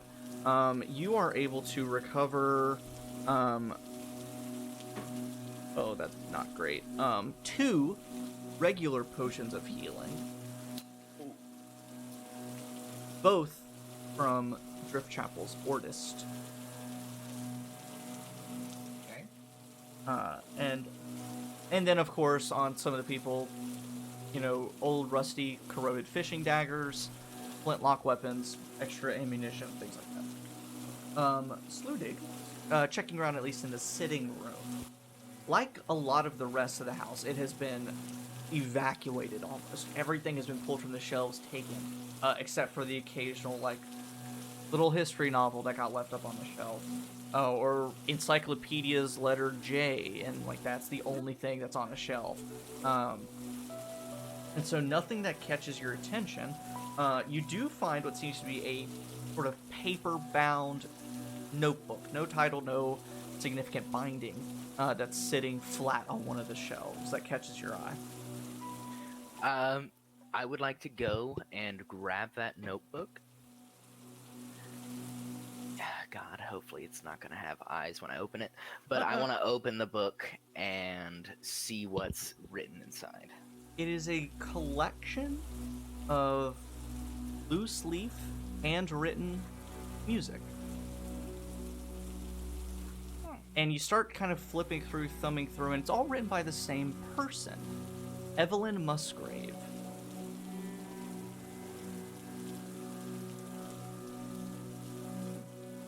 So I'm going to put this in my pouch and keep it for later. I'm interested, but this is definitely not what I'm looking for. Keep checking around in this room. Is there anything anything that looks out of place, as though it was added by the cultists when they got here instead of taken away? Make an investigation. I'm good. A nat 20 surely helps, because I'm bad at investigation. That's my -1. I got a 19. Nice! Things being added,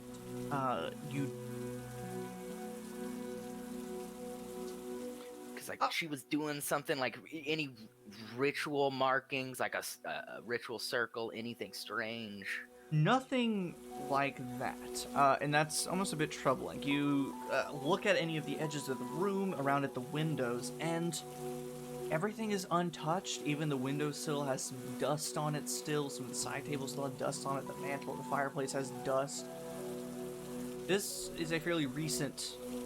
They came here recently. This was not a long-term situation. The only thing you notice that might be strange is a bit of shadows that flit out of the corner of your eye whenever you peel back a curtain or something. Still a little bit of lingering evil from their presence here, but nothing that puts them being here long-term. Well, I'll share those findings with Amina and Kamin. Sorry, I almost called you Malachi. I mean, that's fair. That's fair. I'm just a mouthpiece for what Yeah. Malachi is. Malachi's my actual character, guys. What a good plot twist. You know, Bradley, if Kamen ever dies, you're just gonna have to play as Malachi. Play Yeah. that's fine.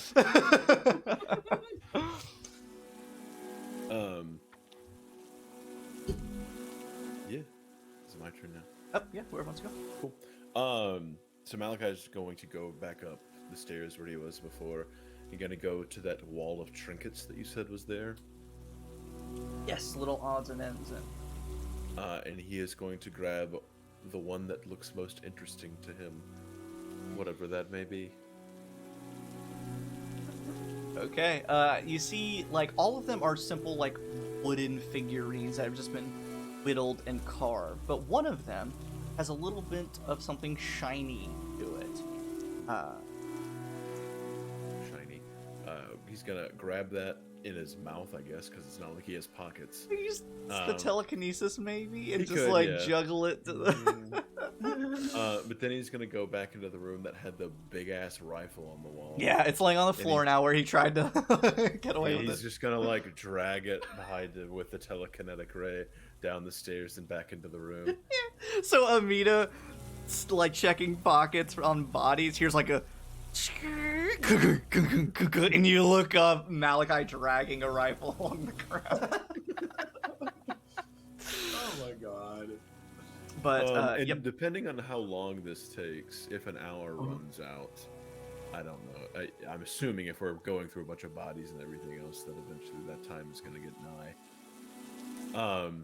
The tentacles around this big, scary visage that have been standing in the foyer eventually just start they sway a little bit and then start to shrink and wrap upon themselves.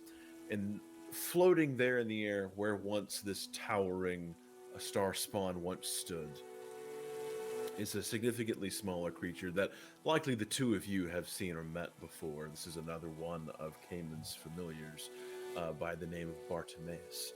Bartimaeus is probably about a foot tall, but he's small and hunched over, a little pink fleshy body with a very large cranium and just a face full of tentacles and two large black pupilless eyes that kind of sit about the top of it. And it speaks out to everyone. And the personality going for here is very much the robot from Hitchhiker's Guide to the Galaxy. Yeah. Super duper pessimistic and constantly, but he's just going to, like, form out of this pile of tentacles and look around the room and just say, I'm going to go home now. And just disappears into a puff of shadow. Brilliant. I love it. Yeah, and then I'll pick up the rifle that Malachi has now drugged down the stairs and take a look at it. It's for as old as it seems, it's a very nice rifle. It seems sort of of the Crusade age, like that. It has that kind of design to it, but it's been very well taken care of, very well maintained. And you don't sense anything magical about it, but it is nice in quality. And taking some more time to investigate, it can net you a little specific stuff. Nice in quality, which means someone else will pay me money for it. That too. It could very well be true. You can imagine. King would probably know this. You've probably hucked your fair share of miscellaneous junk. Now you could probably fetch anywhere from 100 to 150 gold for this rifle in right hands. It's just sling that into on my back and keeping that. Yep. And at this point, probably Kamin and Sludig in the sitting room, you are nearly shocked out of your skin when a massive chiming noise fills the room. Both of you, just from this jarring sound after all that has happened, if you'll both make a sanity roll. Oh no. So what am I trying to avoid rolling? A 1 or a 2. I got a 7. It's an 8. There you go. You're fine. A clock on the wall above the mantelpiece chimes. 1, 2, 3, 4 times. Eldritch Blast. Boom! Gears and springs launch everywhere. Sludig is reaching over for like a chair to grab, To just throw. and then he sees it get blown up. Thanks for that. Nearly had a heart attack. Yeah, I've had my fair share of this house, I think. Let's leave. Yeah, let's go over that map we found. I might be able to figure out where it goes when we get back to the hotel. Yeah. Tavern. For sure. We're getting back to the tavern. Amina, you finished up in there, and I'll make my way to the out into the foyer. Yes, I've picked these guys clean. We've got some good things here. Let's regroup at the tavern. Fantastic. I need a drink, and I'll make my way towards the door and out back towards the tavern. Nice. You all are easily, fairly able to do so. You step outside. The front gate is creaking on its hinges where someone has abruptly thrown it open and run away. You make your way out back to deck cards again.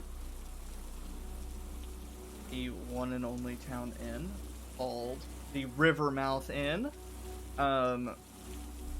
Arriving back there just a few minutes after 4 o'clock. Of course, feeling exhausted and terrible. Sludig's probably fine. Just a little tired.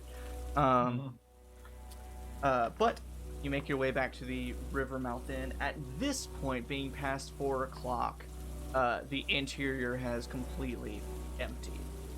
Even Dieter has gone home, Rosanna has gone home, and you see in her place seems to be a townsperson who has sort of serves as the night watch, the night security in here. They're just a guy with a gun who sits over at the bar, and you can sort of just walk in, you kind of greet, you flash your keys, you make your way to your rooms, and I'm gonna flick him a silver piece and ask for a bottle of whatever that'll buy. you can tell he doesn't know, but he grabs something from the shelf anyway and puts it down. He doesn't care. You just gave him a silver piece. Yeah, I grab it and head back upstairs into my room. Okay. And I'll take the little figurine that Malachi got and just like set it up in the windows. And on that, when he brought it back to you, it's not just like a little like metal figurine. It's actually a like carved wooden figurine that's been very delicately engraved and painted, and it has a little wind up knob side of it, and you can turn it, and the wings just go for a few seconds. So I'll turn it and leave it there and watch him just kind of like watch at it. And, and I'll like give him a little pat on the head. Be like, good find. And I'll just tuck in and go to bed. Okay. Amina, Sludig, anything you guys want to do as you make it back to the inn? I want to give a quick once over that map just to see if I've wandered through those areas with the wanderer ability of my background. I was hoping. Make an investigation or history check with advantage. And because of other things, DC super low. 17. You have recently traveled these ways. You recognize the withered road and can trace your fingers. And you start sort of doing just a little bit of math. Of course, as an Outlander looking at maps, you've kind of developed some tricks of just like, okay, the distance between these two fingers is this far, these two fingers is this far, and kind of making these little tricks to yourself. and you start judging about how far from Driftchapel these trails go, where they stop.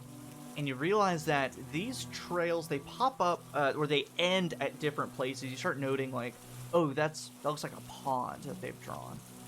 And then you finally, the farthest out trail, or the farthest out a trail goes, is at the pond where you first encountered cult people. But then you start thinking, like, these trails aren't that familiar. But then you kind of vaguely remember, or no, Kamin would remember this. So these are some kind of trails connecting the ponds back to Driftchapel.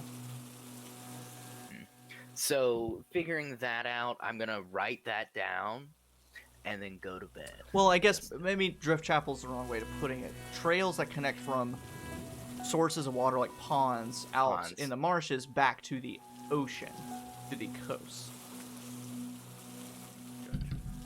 So not just random places in the town, but the actual water connecting it.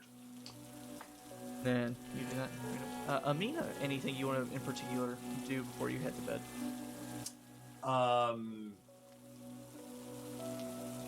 No. Girl needs her beauty sleep. Yes, I love it.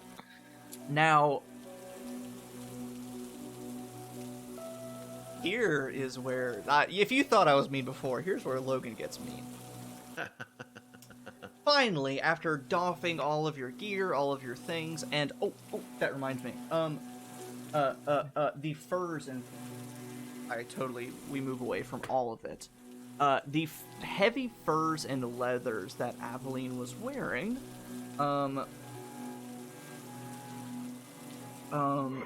it is, even though it's all made of furs and leathers, you notice that it's almost 2 layers of fur and leather with a layer of some other kind of skin. Makes it sound gross. So skin. Hide, I guess? Some kind of other material embedded between the furs and leathers. And effectively, her armor is equivalent to scale mail. If you wanted to take that with you and try and sell it as well, or I don't think any of you are proficient with scale. Nope. But essentially, that could also wins. be sold or kept or traded for decent amount, depending on if that's the other thing that might come as a cost or a consideration for being a small town, is people might recognize some of the things you might try and sell, or so keep that in mind as well. So now here's where I get mean. You guys finally, after doffing your things, getting in your, little pre-sleep rituals, reading, meditating, cleaning your gory, bloody wounds, fall into a deep sleep. And then, at about 8 o'clock in the morning, Sludig, you hear a knock on your door. And it wakes you up like right in the middle of a REM cycle, so you just wake up feeling your mouth sticking together. What is it? It's early in the morning. I just got back to my room. Leave me alone. And you kind of barely open your eyes, and the light's coming in through your shitty windows, and you're like, oh god. You're on the other side of the door, be like, hey, it's Dieter. You all right in there? Just making sure you got back okay. Come back and check at 10 o'clock. We need a few more moments to sleep, unless it's an emergency. I'm just kind of eager to hear about what. Everybody okay? It turned out okay? We all made it out alive, but not all of us are looking the best. At this point, I've gotten up and I've started putting on my pants. I'm pissed as fuck. Go into a rage. I go into a rage. No. I punch the door. It flies off its hinges, crushes Dieter. No, he's just woken up on the wrong side of the bed. Oh, yes. Half the sleep he was expecting to get. Yep.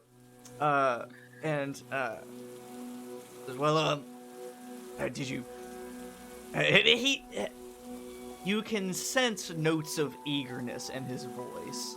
And he's just like, did you learn anything interesting? Find out something new? I'm eager. I need to hear what happened. Can I make an insight check? Sure. He's too eager. No, that's fair. I'm 9. He knows something. He's too eager. Confidence in that. No, I mean, you sense notes of eagerness, which might make you suspicious, especially after only 3.5 hours of sleep. But you also, probably what makes you second guess, like, oh, he's just eager, is you also recall that he was up drinking and stuff until like 3:30 in the morning. So you're like, there's no way he should be up by now.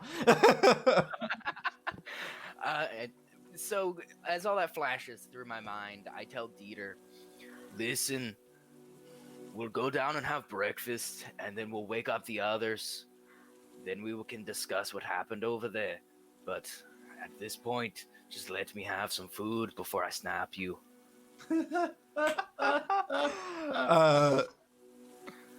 You can hear him chuckling on the other side of the door.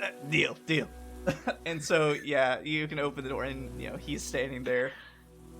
You immediately tell... You're probably standing, 2 or 3 feet from him. You can still smell the alcohol on his clothes coming out of his pores and his breath. And you can see bloodshot eyes underneath the brim of his hat and over his beard, bags there. He's still drunk. He did not sleep. How do you do it, man? Whatever, come have another beer. It might keep you standing. So you go downstairs. You get some breakfast. Rosanna's there. Again, she was there until like 3:30 in the morning. She's sitting there. She doesn't look great either. You would probably piece together that she stayed open for Dieter to sit and chat with him. Normally probably doesn't stay open that long, based off of just her current demeanor compared to last night. But she, immediately sees you guys, greets you, starts to go back, whip up some breakfast and things like that. Dieter says, so, tell me everything. What'd you learn? As I said, let me have my breakfast first, and we can go get the others, and we can go over this. All right, fine. Tell me about something else that didn't happen between 3 this morning and now. Well, I was supposed to be lying in my bed, sleeping, but here I am eating with you. Listen, I know you want to know what happened. I know you're curious. But honestly, I've let my tongue wag one too many times before, and I just want to make sure that whatever I'm saying is actually real for you. Lots of things happened last night. I didn't see it all.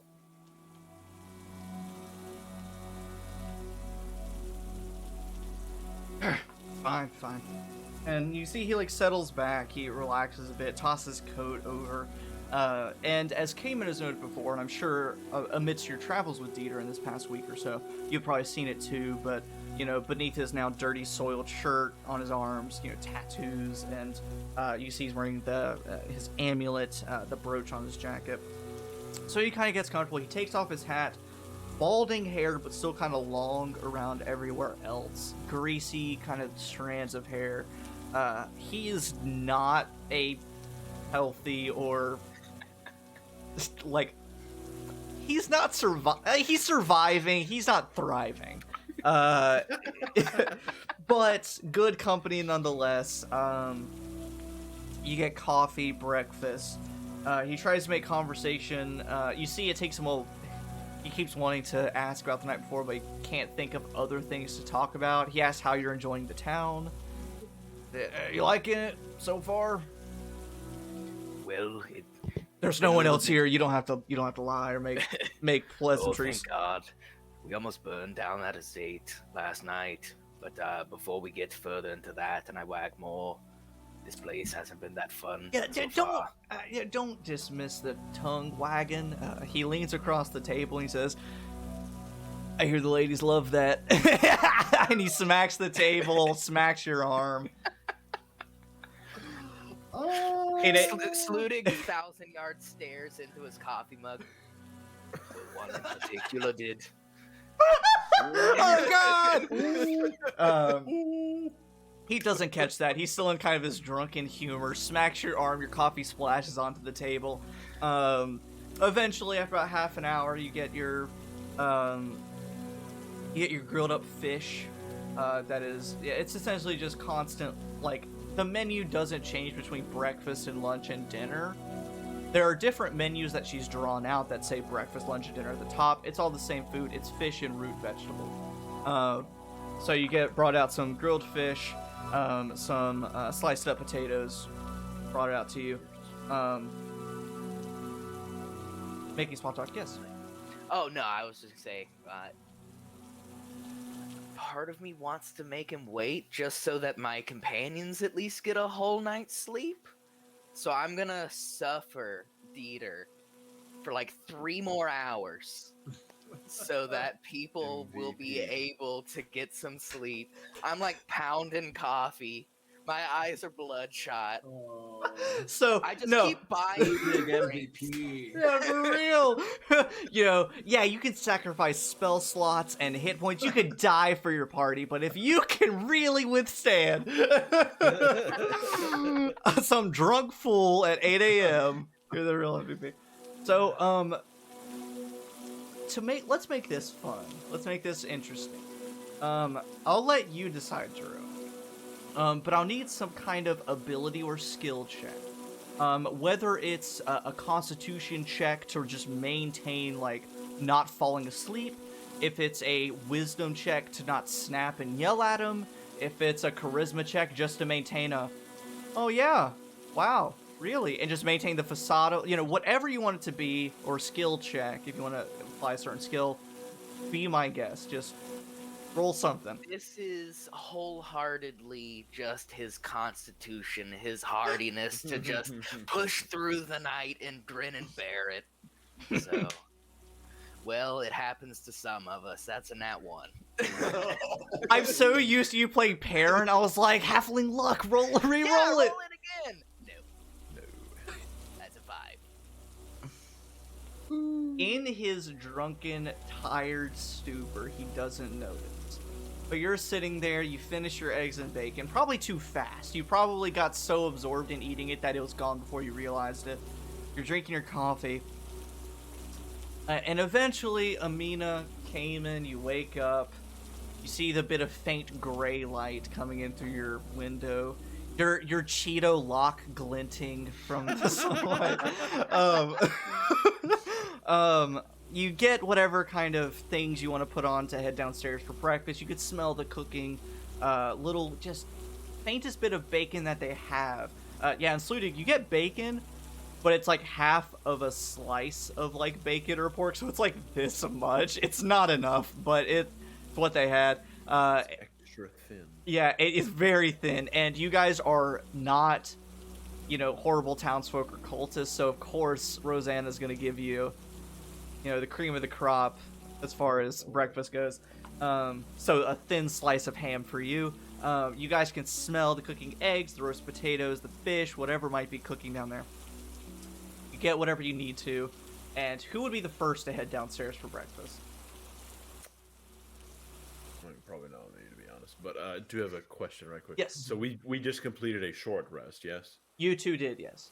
Okay, so I'm gonna roll some hit dice. Right Yes, roll some hit dice. So, for people at home, for our players, extended long rest rules. So a night's sleep is a short rest. So they can choose if they wish to roll some hit dice to regain hit points. However, you only regain hit dice on a long rest, and at that, you only regain half of what you have spent. So it is a very limited resource. For Bradley, he regains spell slots as a warlock. Unfortunately, Daniel, as your specific roguish magical stuff, you only regain your spell slots on a long rest, so once per week. But if you have any more hit points you want to try and regain, you can spend hit dice, or you can save those for later just in case, or whatever you want. I think as far as rogue stuff goes, I think that's the only thing. Rogues don't really have a lot of recharge abilities. It's stuff they can just kind of do all the time, which is super nice. So, if you want, Daniel, how many hit points are you short? 10. And you want to try and regain hit points, or do you just want to save those for later? Let's save those for later. So the process for rolling hit dice is, as a rogue, you have a d8 hit die. So that just means on a short rest, you can roll a d8, add your constitution modifier, and regain that many hit points. You have as many hit dice as you do levels. So for you, you're level 8, you have 8 hit dice to spend over the course of a week. Potentially more by regaining them at the end of the week. So, you can regain anywhere from, what's your constitution modifier? +1. So you can regain anywhere from 2 to 9 hit points by spending a single die. But, and you can spend as many as you want during a rest. So you can save those for later. I just want to explain the mechanics to make sure that you got all the information. Yes. Feeling much better after spending some hit dice. I will, as I'm getting ready that morning, start taking some swigs out of whatever bottle of whatever I bought last night. Curdled milk. No, I'm just kidding. Sure. And while I do, I'll minor illusion some basically a laser pointer around the room and let Malachi get some exercise this morning. Oh my god, so cute. Before just getting dressed, getting ready, and just like locking the door behind him. But like as it's like closing, I'm gonna peek through, point at him, and he knows like behave. Amina, what is your sort of morning ritual like after a long night? Well, she's in no hurry to get out the door because this is the few precious hours she gets to, be not have her entire head covered, basically. Fair. And so she takes her time, eventually does her hair back up, eventually dons her headscarf, her eye patch, her mask. It's funny, actually, I was thinking about this earlier. I know we don't have this, and this may not exist necessarily in this universe, but like, I have this headcanon about her that if she had like makeup, she would make that one eye of hers. That's possible. Absolutely snatched. You're an alchemist. You know the little tricks. You know the things. You can do it. I mean, she wouldn't do it right now, but like at some point she's gonna do that and be like, "Hello, boys," and just have like wings, lashes, eyeshadow, the works. Because she's got one eye, she's gonna use it. I love this like double-sided, like literally 4 or 8 hours before you were stabbing a guy in the neck and being assailed by shadow creatures. The next day, just gorgeously made up eye. I love it. So I imagine that maybe Amina lingers a little longer in her room. So Kamin, you make your way downstairs, and at this point, it's noon. It's awesome. Or at least it's almost noon. People have come in. They're either here on sort of a lunch break. You see that there are a lot of sailors here. You can hear, or you can smell the sea on them. You can hear by the way that they're just laughing and chatting. If you'll make another sanity roll for me. Fuck you, Logan. I love you. But... Fuck you, 4. I love you. So you're fine. Fine. It's sort of just a quick... this is about to be a tangent I don't want it to be. You get this sense of, as you're walking downstairs, you smell, you feel the aura of it. You get a sense of familiarity, and then a sense of strangeness. And it sort of just clashes for a minute. It makes you uneasy. It gives you a bit of goosebumps. But then you look up to a table and see Dieter drinking something from a mug. Hard to tell exactly what. 2 empty plates in front of him, and Sludig sitting there with a cup of cold coffee. And as you get closer to the table to sort of greet them, you see that Sludig head is just angled slightly downward. He's doing like the dad snooze. and has just kind of dozed off in the middle of whatever Dieter's middle rant is. And as you come up, you realize that the rant, you start realizing that he is complaining about just humidity, but not in any specific terms. And you only get that he's complaining about humidity because he says the word once. Otherwise, you're just like, it's too damn wet, it's very stuffy, it makes it really hard to breathe. And he's just kind of like rambling on about why he hates the humid air here. For no reason in particular, probably. So, picking up on what has been laid down, I will just take a quick breath, ready myself, bottle still in one hand, come up behind Dieter, give him a good slap on the back, and hey, what you been up to this morning? Hey, come on, let's go over here, and I'll pick him up and take him over to the area where they were throwing rocks at glasses earlier. On the curve table. I'll join him in a game of throwing rocks at glasses. Yep. To let Sludig sleep at the table. Yep. And I'll like just to- keep him sorry. talking the whole time. I like to think the second they're gone, Sludig's head just like thumps onto the table, fully out. Sludig, I have to ask this. Sludig, do you carry coin with you ever? Do you have coin to carry? At least for this scenario, you just kind of put on your pants and walk. No, I kind of just put on like minimum clothing and walk down here. I had like what would be necessary to buy breakfast and maybe the change from that, but I didn't grab my coin purse.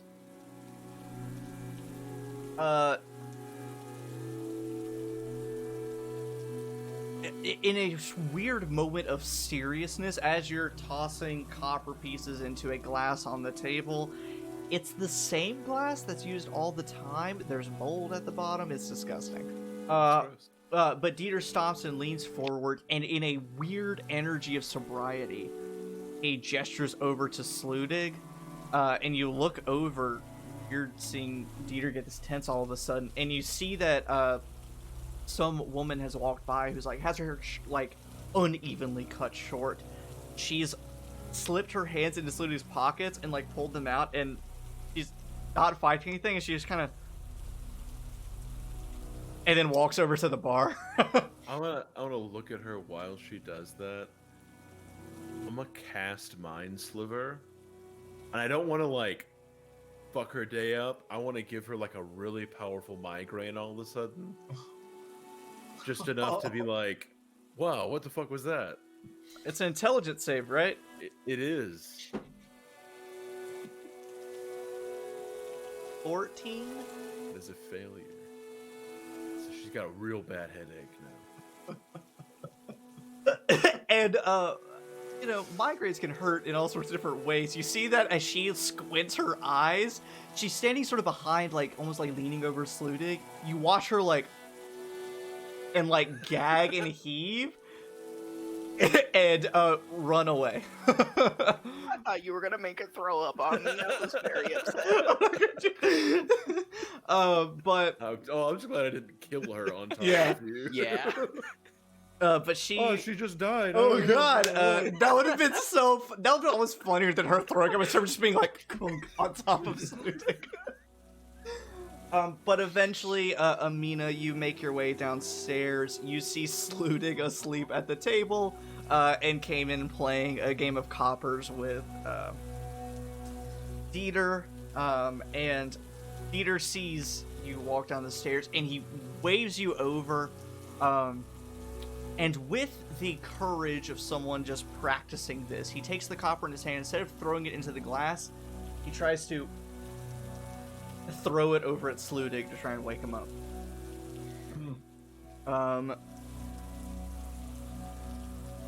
Yeah. We'll say with a 14 to hit Sludig, you're effectively asleep, unconscious, and prone, all that kind of good stuff. Sludig, you feel it off your head, and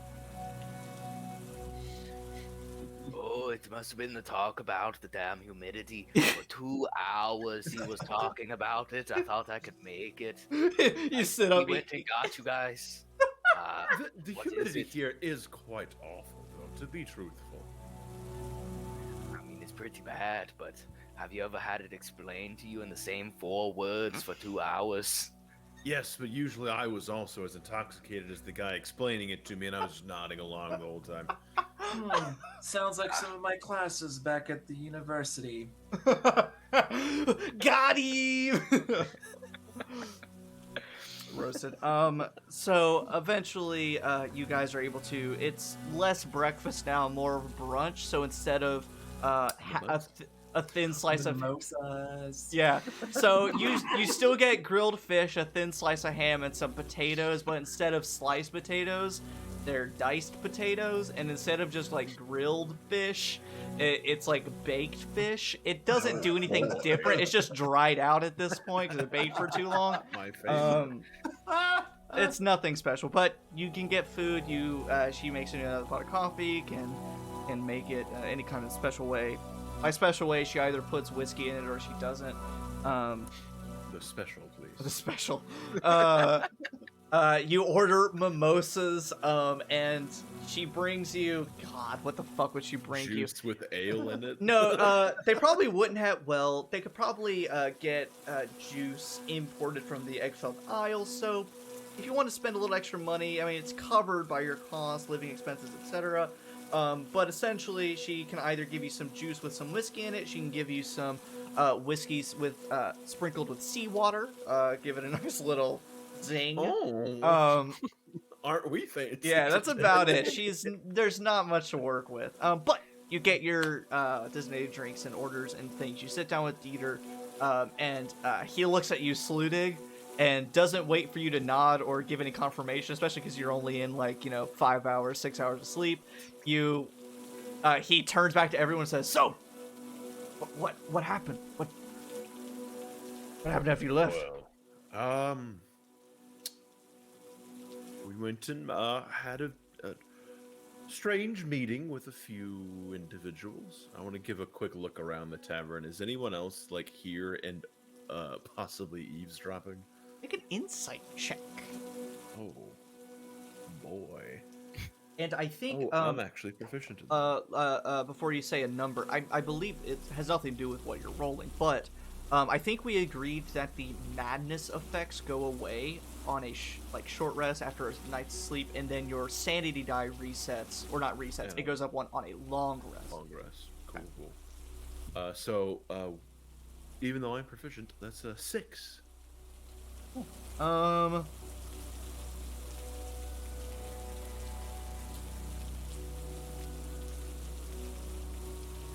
You can't tell if it's the nature of the people, the nature of the time of day, but everyone's kind of quiet and keeping to themselves. So it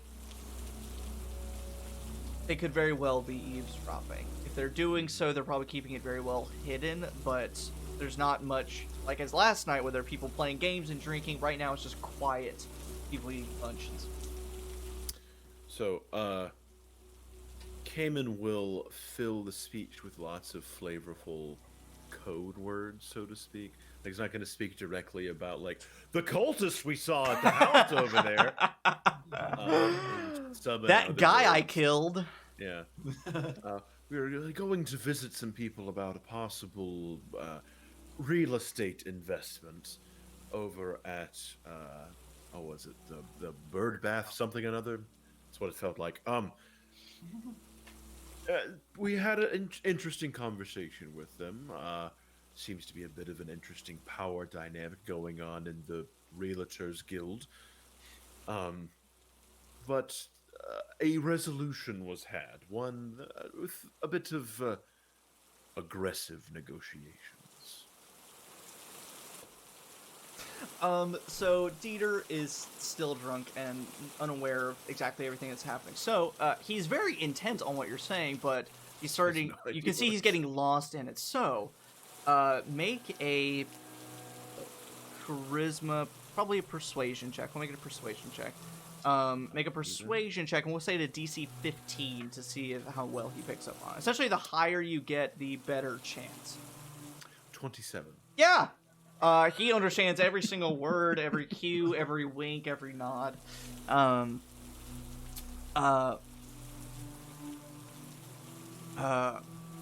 And he kind of thinks on it, and he thinks about that area, and he says, "Yeah, I've visited the bird Birdbeak estate a few times. Nice. The big bird estate. The big bird estate. Been by the big bird estate. A few times. The big bird bungalow. Boomhauer. It's nice. It's a little there's a rumor it's haunted. I don't know if you believe in ghosts or that kind of thing. We may or may not have experienced a situation like that. Did you, in your walk of the building, was there plenty of closet space, cellar storage, I know all those old buildings have a lot of these, hidden servants passage, anything interesting like that?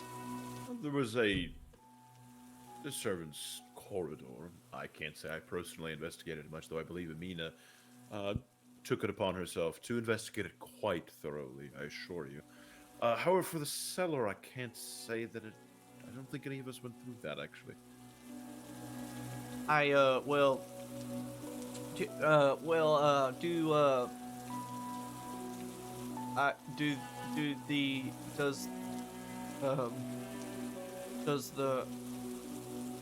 Is the realtor still selling? They are a bit indisposed at the moment. Oh. Okay. But I'm sure they'd be fine with letting us back in. I mean, as prospective buyers, I don't think they'll turn us down. Oh, that's nice of them. Do you have any other properties you're looking to purchase? We have one we might have in mind. I'll incline towards Sludig. Sludig, a little delirious from sleep deprivation, is lost in all of the code. And he's kind of trying to think back to it. And So the brochure I'm they gave also us. trying. Oh, paperwork. I see. So I pull out the pamphlet and the map, and I, still folded, I slide it over to Dieter. Wow, that many bathrooms. It's rustic. It's nothing big and fancy, but it suffices for a nice home along the coast.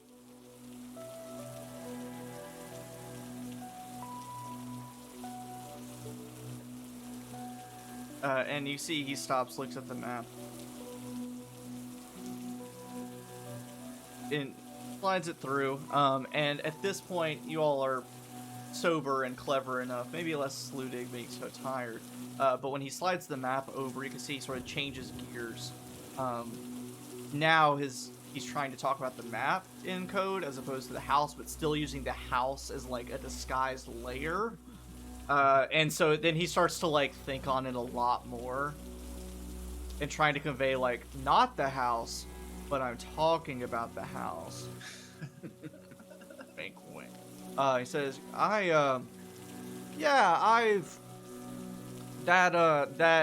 that property has a lot of gates in its fence. There are a lot of holes in that wall that needs to be rebuilt. I have opened the doors to that property before. So you've broken into the house before? I've opened. I was going to purchase that estate as well. And he taps the brochure again. But I've been there before. They use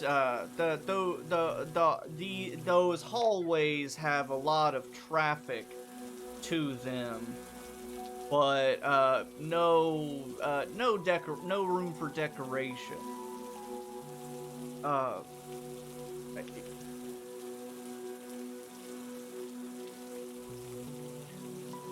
if you've been there before, you might be the best person who could lead us on some sort of tour of this next property. They that area of the house has a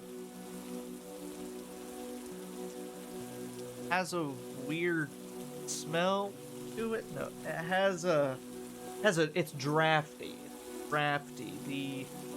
The wind makes the planks, the halls hum. The thunder makes them vibrate. Sometimes it's creaky. It keeps you up at night. All right, now I'm lost. It sounds like you're trying to tell me that there's children's tales living around this property. He takes the risk. He looks around. He leans in. Says, "All right, the tunnels that they use, they're Trapped, they're haunted, dangerous. haunted. They're dangerous. There's something else. I haven't been able to explore all. I've explored these entrances. I've been down to the coast and seen them, but there's something in them tunnels. I've never been able to go all the way through. I don't know what happened, but it's lots of sounds, whispering, claustro. It's tight. It's Creepy.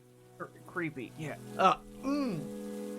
Yeah, there's some leaks in the ceiling. It's a little, like you said, it's rustic. It needs a little work. Well, it's a fixer-upper, but I mean, surely it's nothing that we can't handle, right? Sure, and as you know, the real estate market is on. Can be dangerous.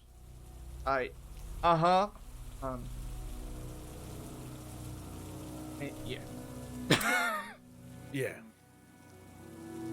So, yeah, it leans in, and you could tell at this point he's sobering up, so he's getting like tired and irritable. And he's like, "All right, So yeah, I've seen these tunnels. They kind of use them to travel around. I think they connect to the waterways in Driftchapel too. That's how they can end up in different places in town without being seen.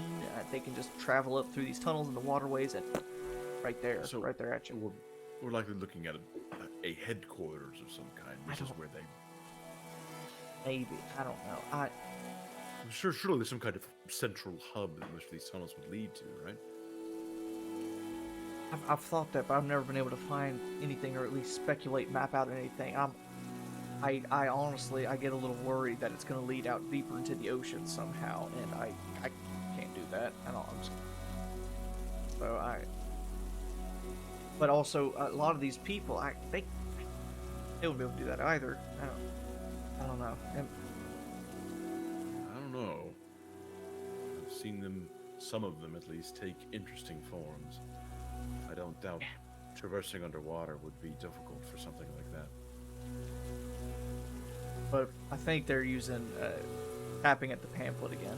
I mean, a lot of these tunnels that they've drawn connect.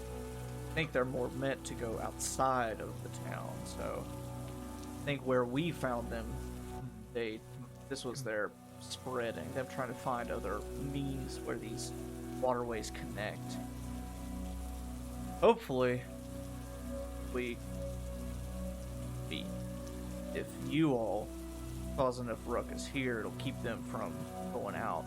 Or if they're going out there, then they're not here. Have a better chance.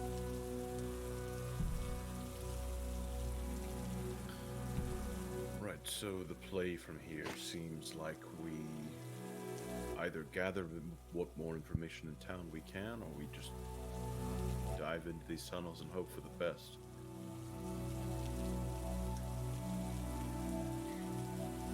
It is as you say.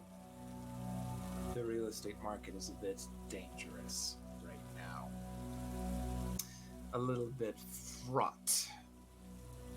I say we take the information that we have, prepare as best we can, and do a deep clean of this house. I like that line of thought. As always, you've good plans, Amina. So we'll take some days to prepare, recuperate, and head in. Just a thought I wanted to put into your ears. Or sound I wanted to put. You want to say Idea. Yeah. Again, sort of hit with a serious sobriety, he leans in. I don't think I've been entirely forthright about my situation. Oh no. Oh god. My Google Meet's just like refreshed, and so all of you disappeared. Yeah. Ooh. That was weird. Hello, mod.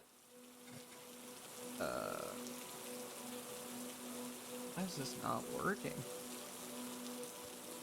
Looks like my captions stopped even though they're still working on the screen. Weird. Anyway. Well, actually, we're gonna be stopping here soon. He says, I haven't been totally forthright about my situation here. I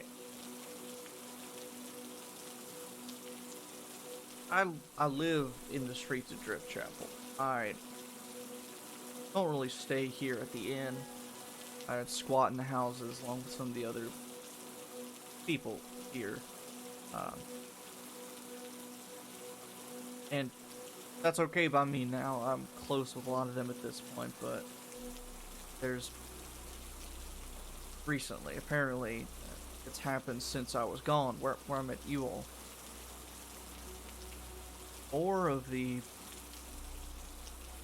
homeless people here in Driftchapel have been going missing. It's always kind of been a problem. You know, sometimes people just up and leave. Sometimes something horrible happened. But apparently, since I was gone, there was a surge in people going missing. From what I can tell, there's been no pattern besides being homeless, or even where they tend to stay. But it's caught me suspicious, I'll tell you that. You can't trust half the people here, but even in my own circles, sometimes people aren't as trustworthy as I'd like. They're trying to survive like everybody else. But anyway. So I just wanted to put that thought out there. Something to be looking out for. No, it's good to keep a beat on that. I may go disperse myself among the people, see if I can't figure anything else out about that. We'll keep an eye out for them.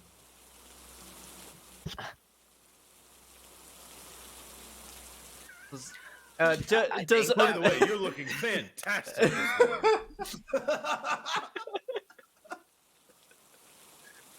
He looks at Amina like it was a joke, and then he looks at you two like, "Am I supposed to laugh?" Like, Looks dead serious. We'll keep an eye out.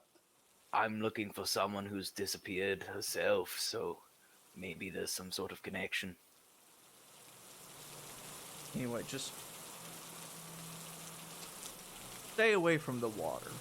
Feel like that's little more clear at this point, but from what I've seen, or what I've heard at least from people who have witnessed some of these appearances. Things, I don't know if they mean people or monsters, creatures, I don't know. But things come up from the waterways at night. Not every night, obviously. Stay away from the water, just in case.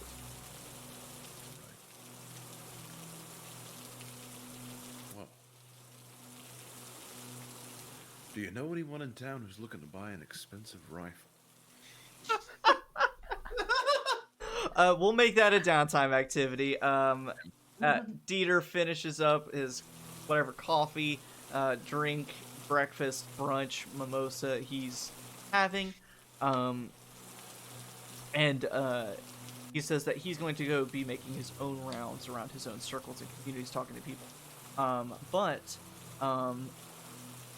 We're at 2:43. No, we're at farther than that. 2:45, almost exactly 2:45.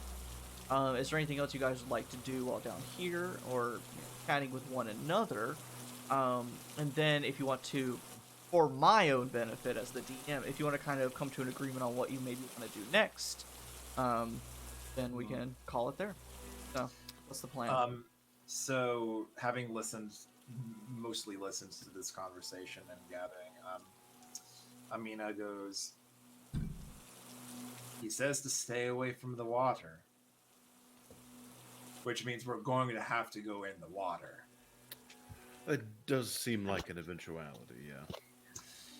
Well, I hope to not have to go in the water, but near the water I get. On land, we are fine with our various skills, but I don't know how much of a good swimmer you two are. I, for one, don't have too much practice, so I would like to stay here and prepare a few things for the possibility that we will have to swim. I can hold my own under the sea, but I agree. We need to prepare as much as possible. So, I've seen the health potions we've gotten, but do I recognize these as, like, official Ordist potions? Oof. Yes. Very loosely. Just because the Ordisterium is sort of the sole proprietor of alchemy and any kind of magical stuff. Very heavily monitored and controlled by the Dominions. And so, typically, anything magical or officially sanctioned is the Ordisterium. As far as healing potions, healing things, and bolstering things, people have found their own ways of producing such effects through alchemy and stuff. But those are kind of the only two ways. And so in your travel, you're probably, like, became familiarized with typical, day-to-day health poultices like that. But in traveling, probably come more across these sort of officially sanctioned things. Amina, it looked like one of your peers, whether they know it or not, is supplying these cultists with health potions, other things that might be beneficial if directed elsewhere. Maybe we should go and see what they have to say about it. Oh, I agree.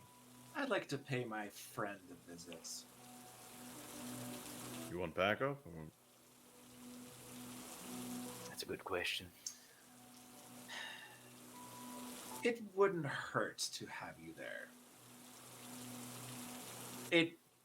I'm not sure if I ever told you all this, but there are those in the Ordisterium who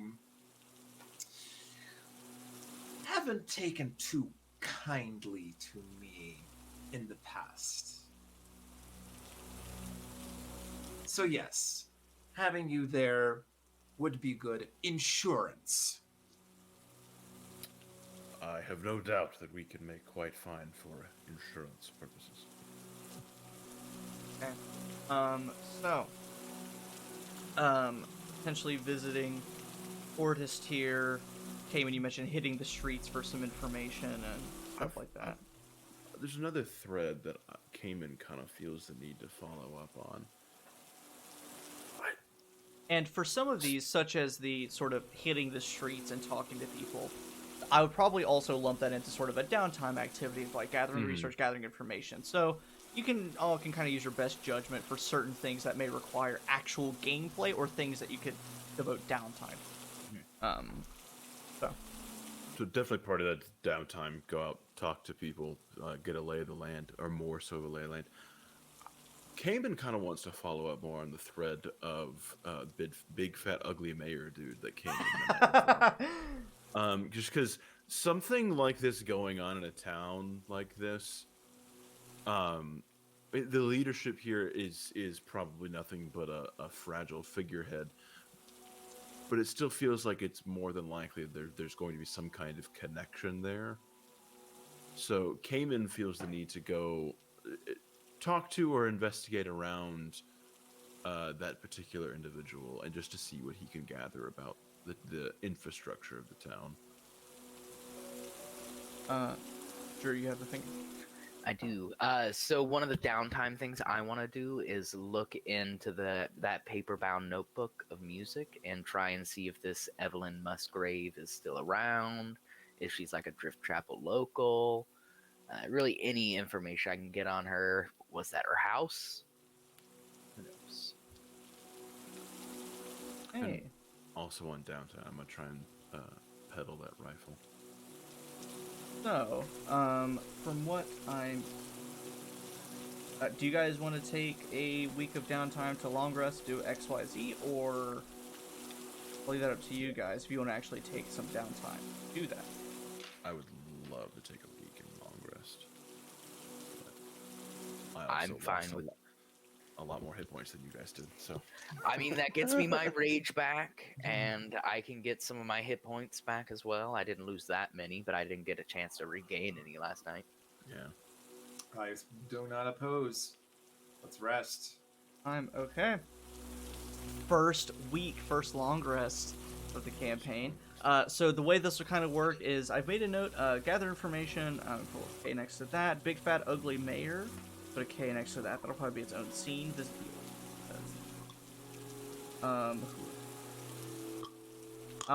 and you guys, of course, will have 2 weeks till we play again, so you could take, if you want to adjust anything else. Effectively, besides just healing, recuperating, you can do sort of one downtime activity.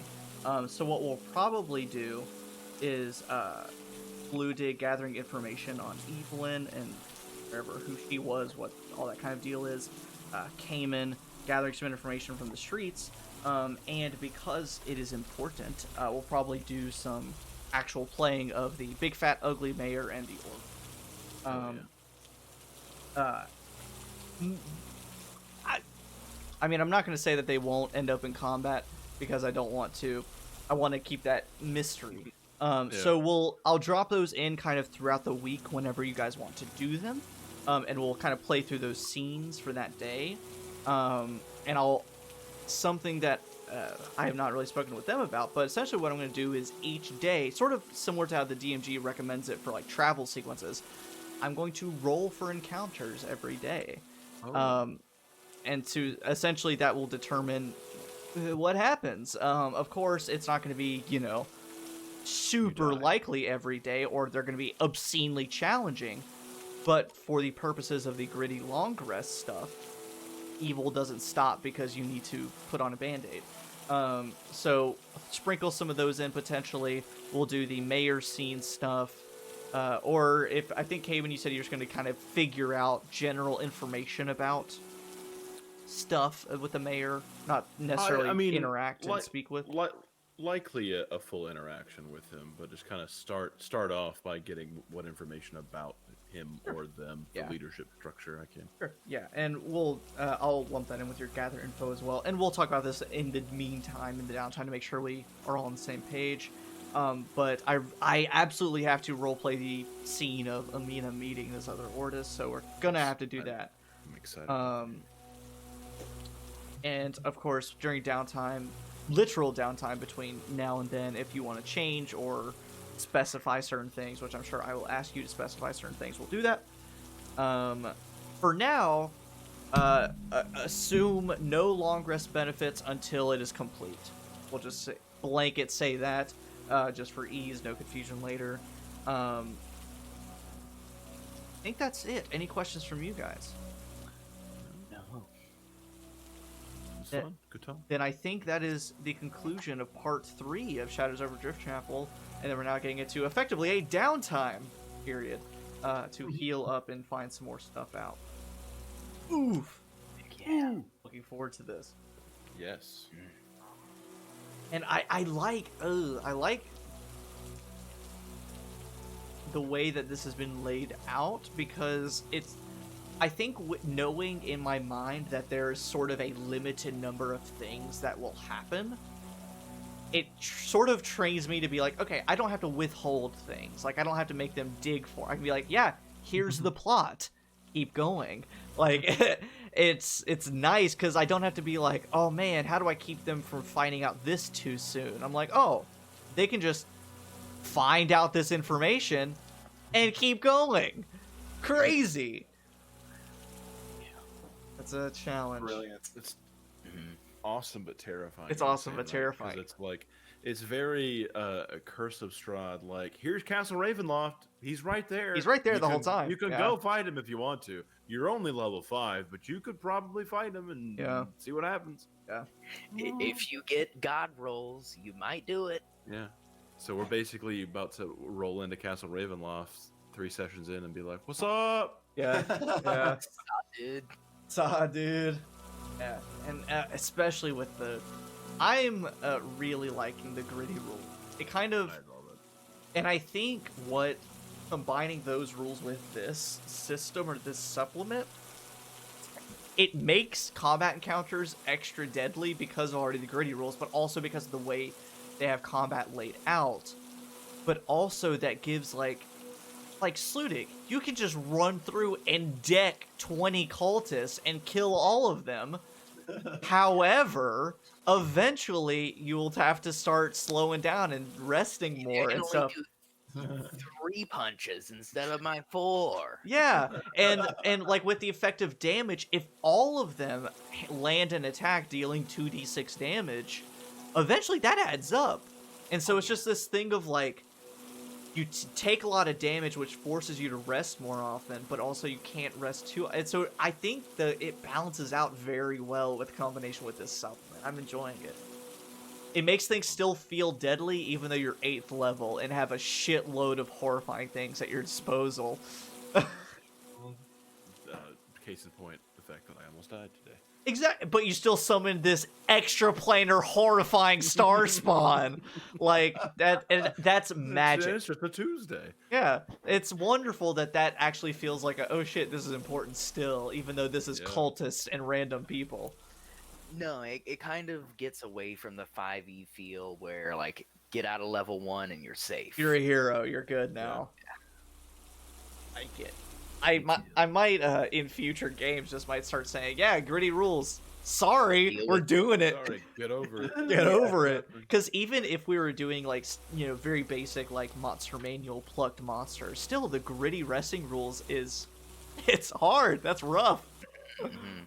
Oh, loving it. It's so much fun. And then the downtime. It also and like it saves us time. Like Bradley saying you wanted to like go around gather information. We don't have to spend an entire session of like 3 hours of Kamin going from door to door, homeless person to homeless person, saying like, "Hey, what do you know?" We can just say, Have you "Yeah, met our Lord and Savior yeah." God? We can just say during this week, ask me questions and I'll answer them pretty much until a certain point. And like, yeah, there we go. That's the information you learn. Nice. I like it. I like it a lot. And I almost feel bad that this is Daniel's first experience with it being horrifying and They've been gritty, horrifying. Now all other D&D is gonna feel simple and easy for you. you're like, what? I get all of these things back after a rest? I'll try and recruit Daniel into some of my normal D&D things and give you a more full taste now that you know the rules better and you can actually be a super amazing hero. Even though Amina's pretty freaking... I was gonna say, Badass. am I not a He's hero now? Like, come on. Doing acrobats and shit. I know. Floating crossbows. I know, and like the more I thought about that, I was like, that feels really powerful. But the more I thought about it, I was like, I mean, Yeah, that it could work because it's just carrying this thing, and it just takes action to pull a trigger. Like that's it. Like it's I love the idea. Like I know shorter racial characters can't wield certain things like longbows or stuff Mhm. like that. I'm now thinking of a halfling-sized gunslinger that uses mage hand to hold the front end of his gun, so and that they he just can hold hold the like back end of it. that. Yeah, I love that. Get launched 10 feet back.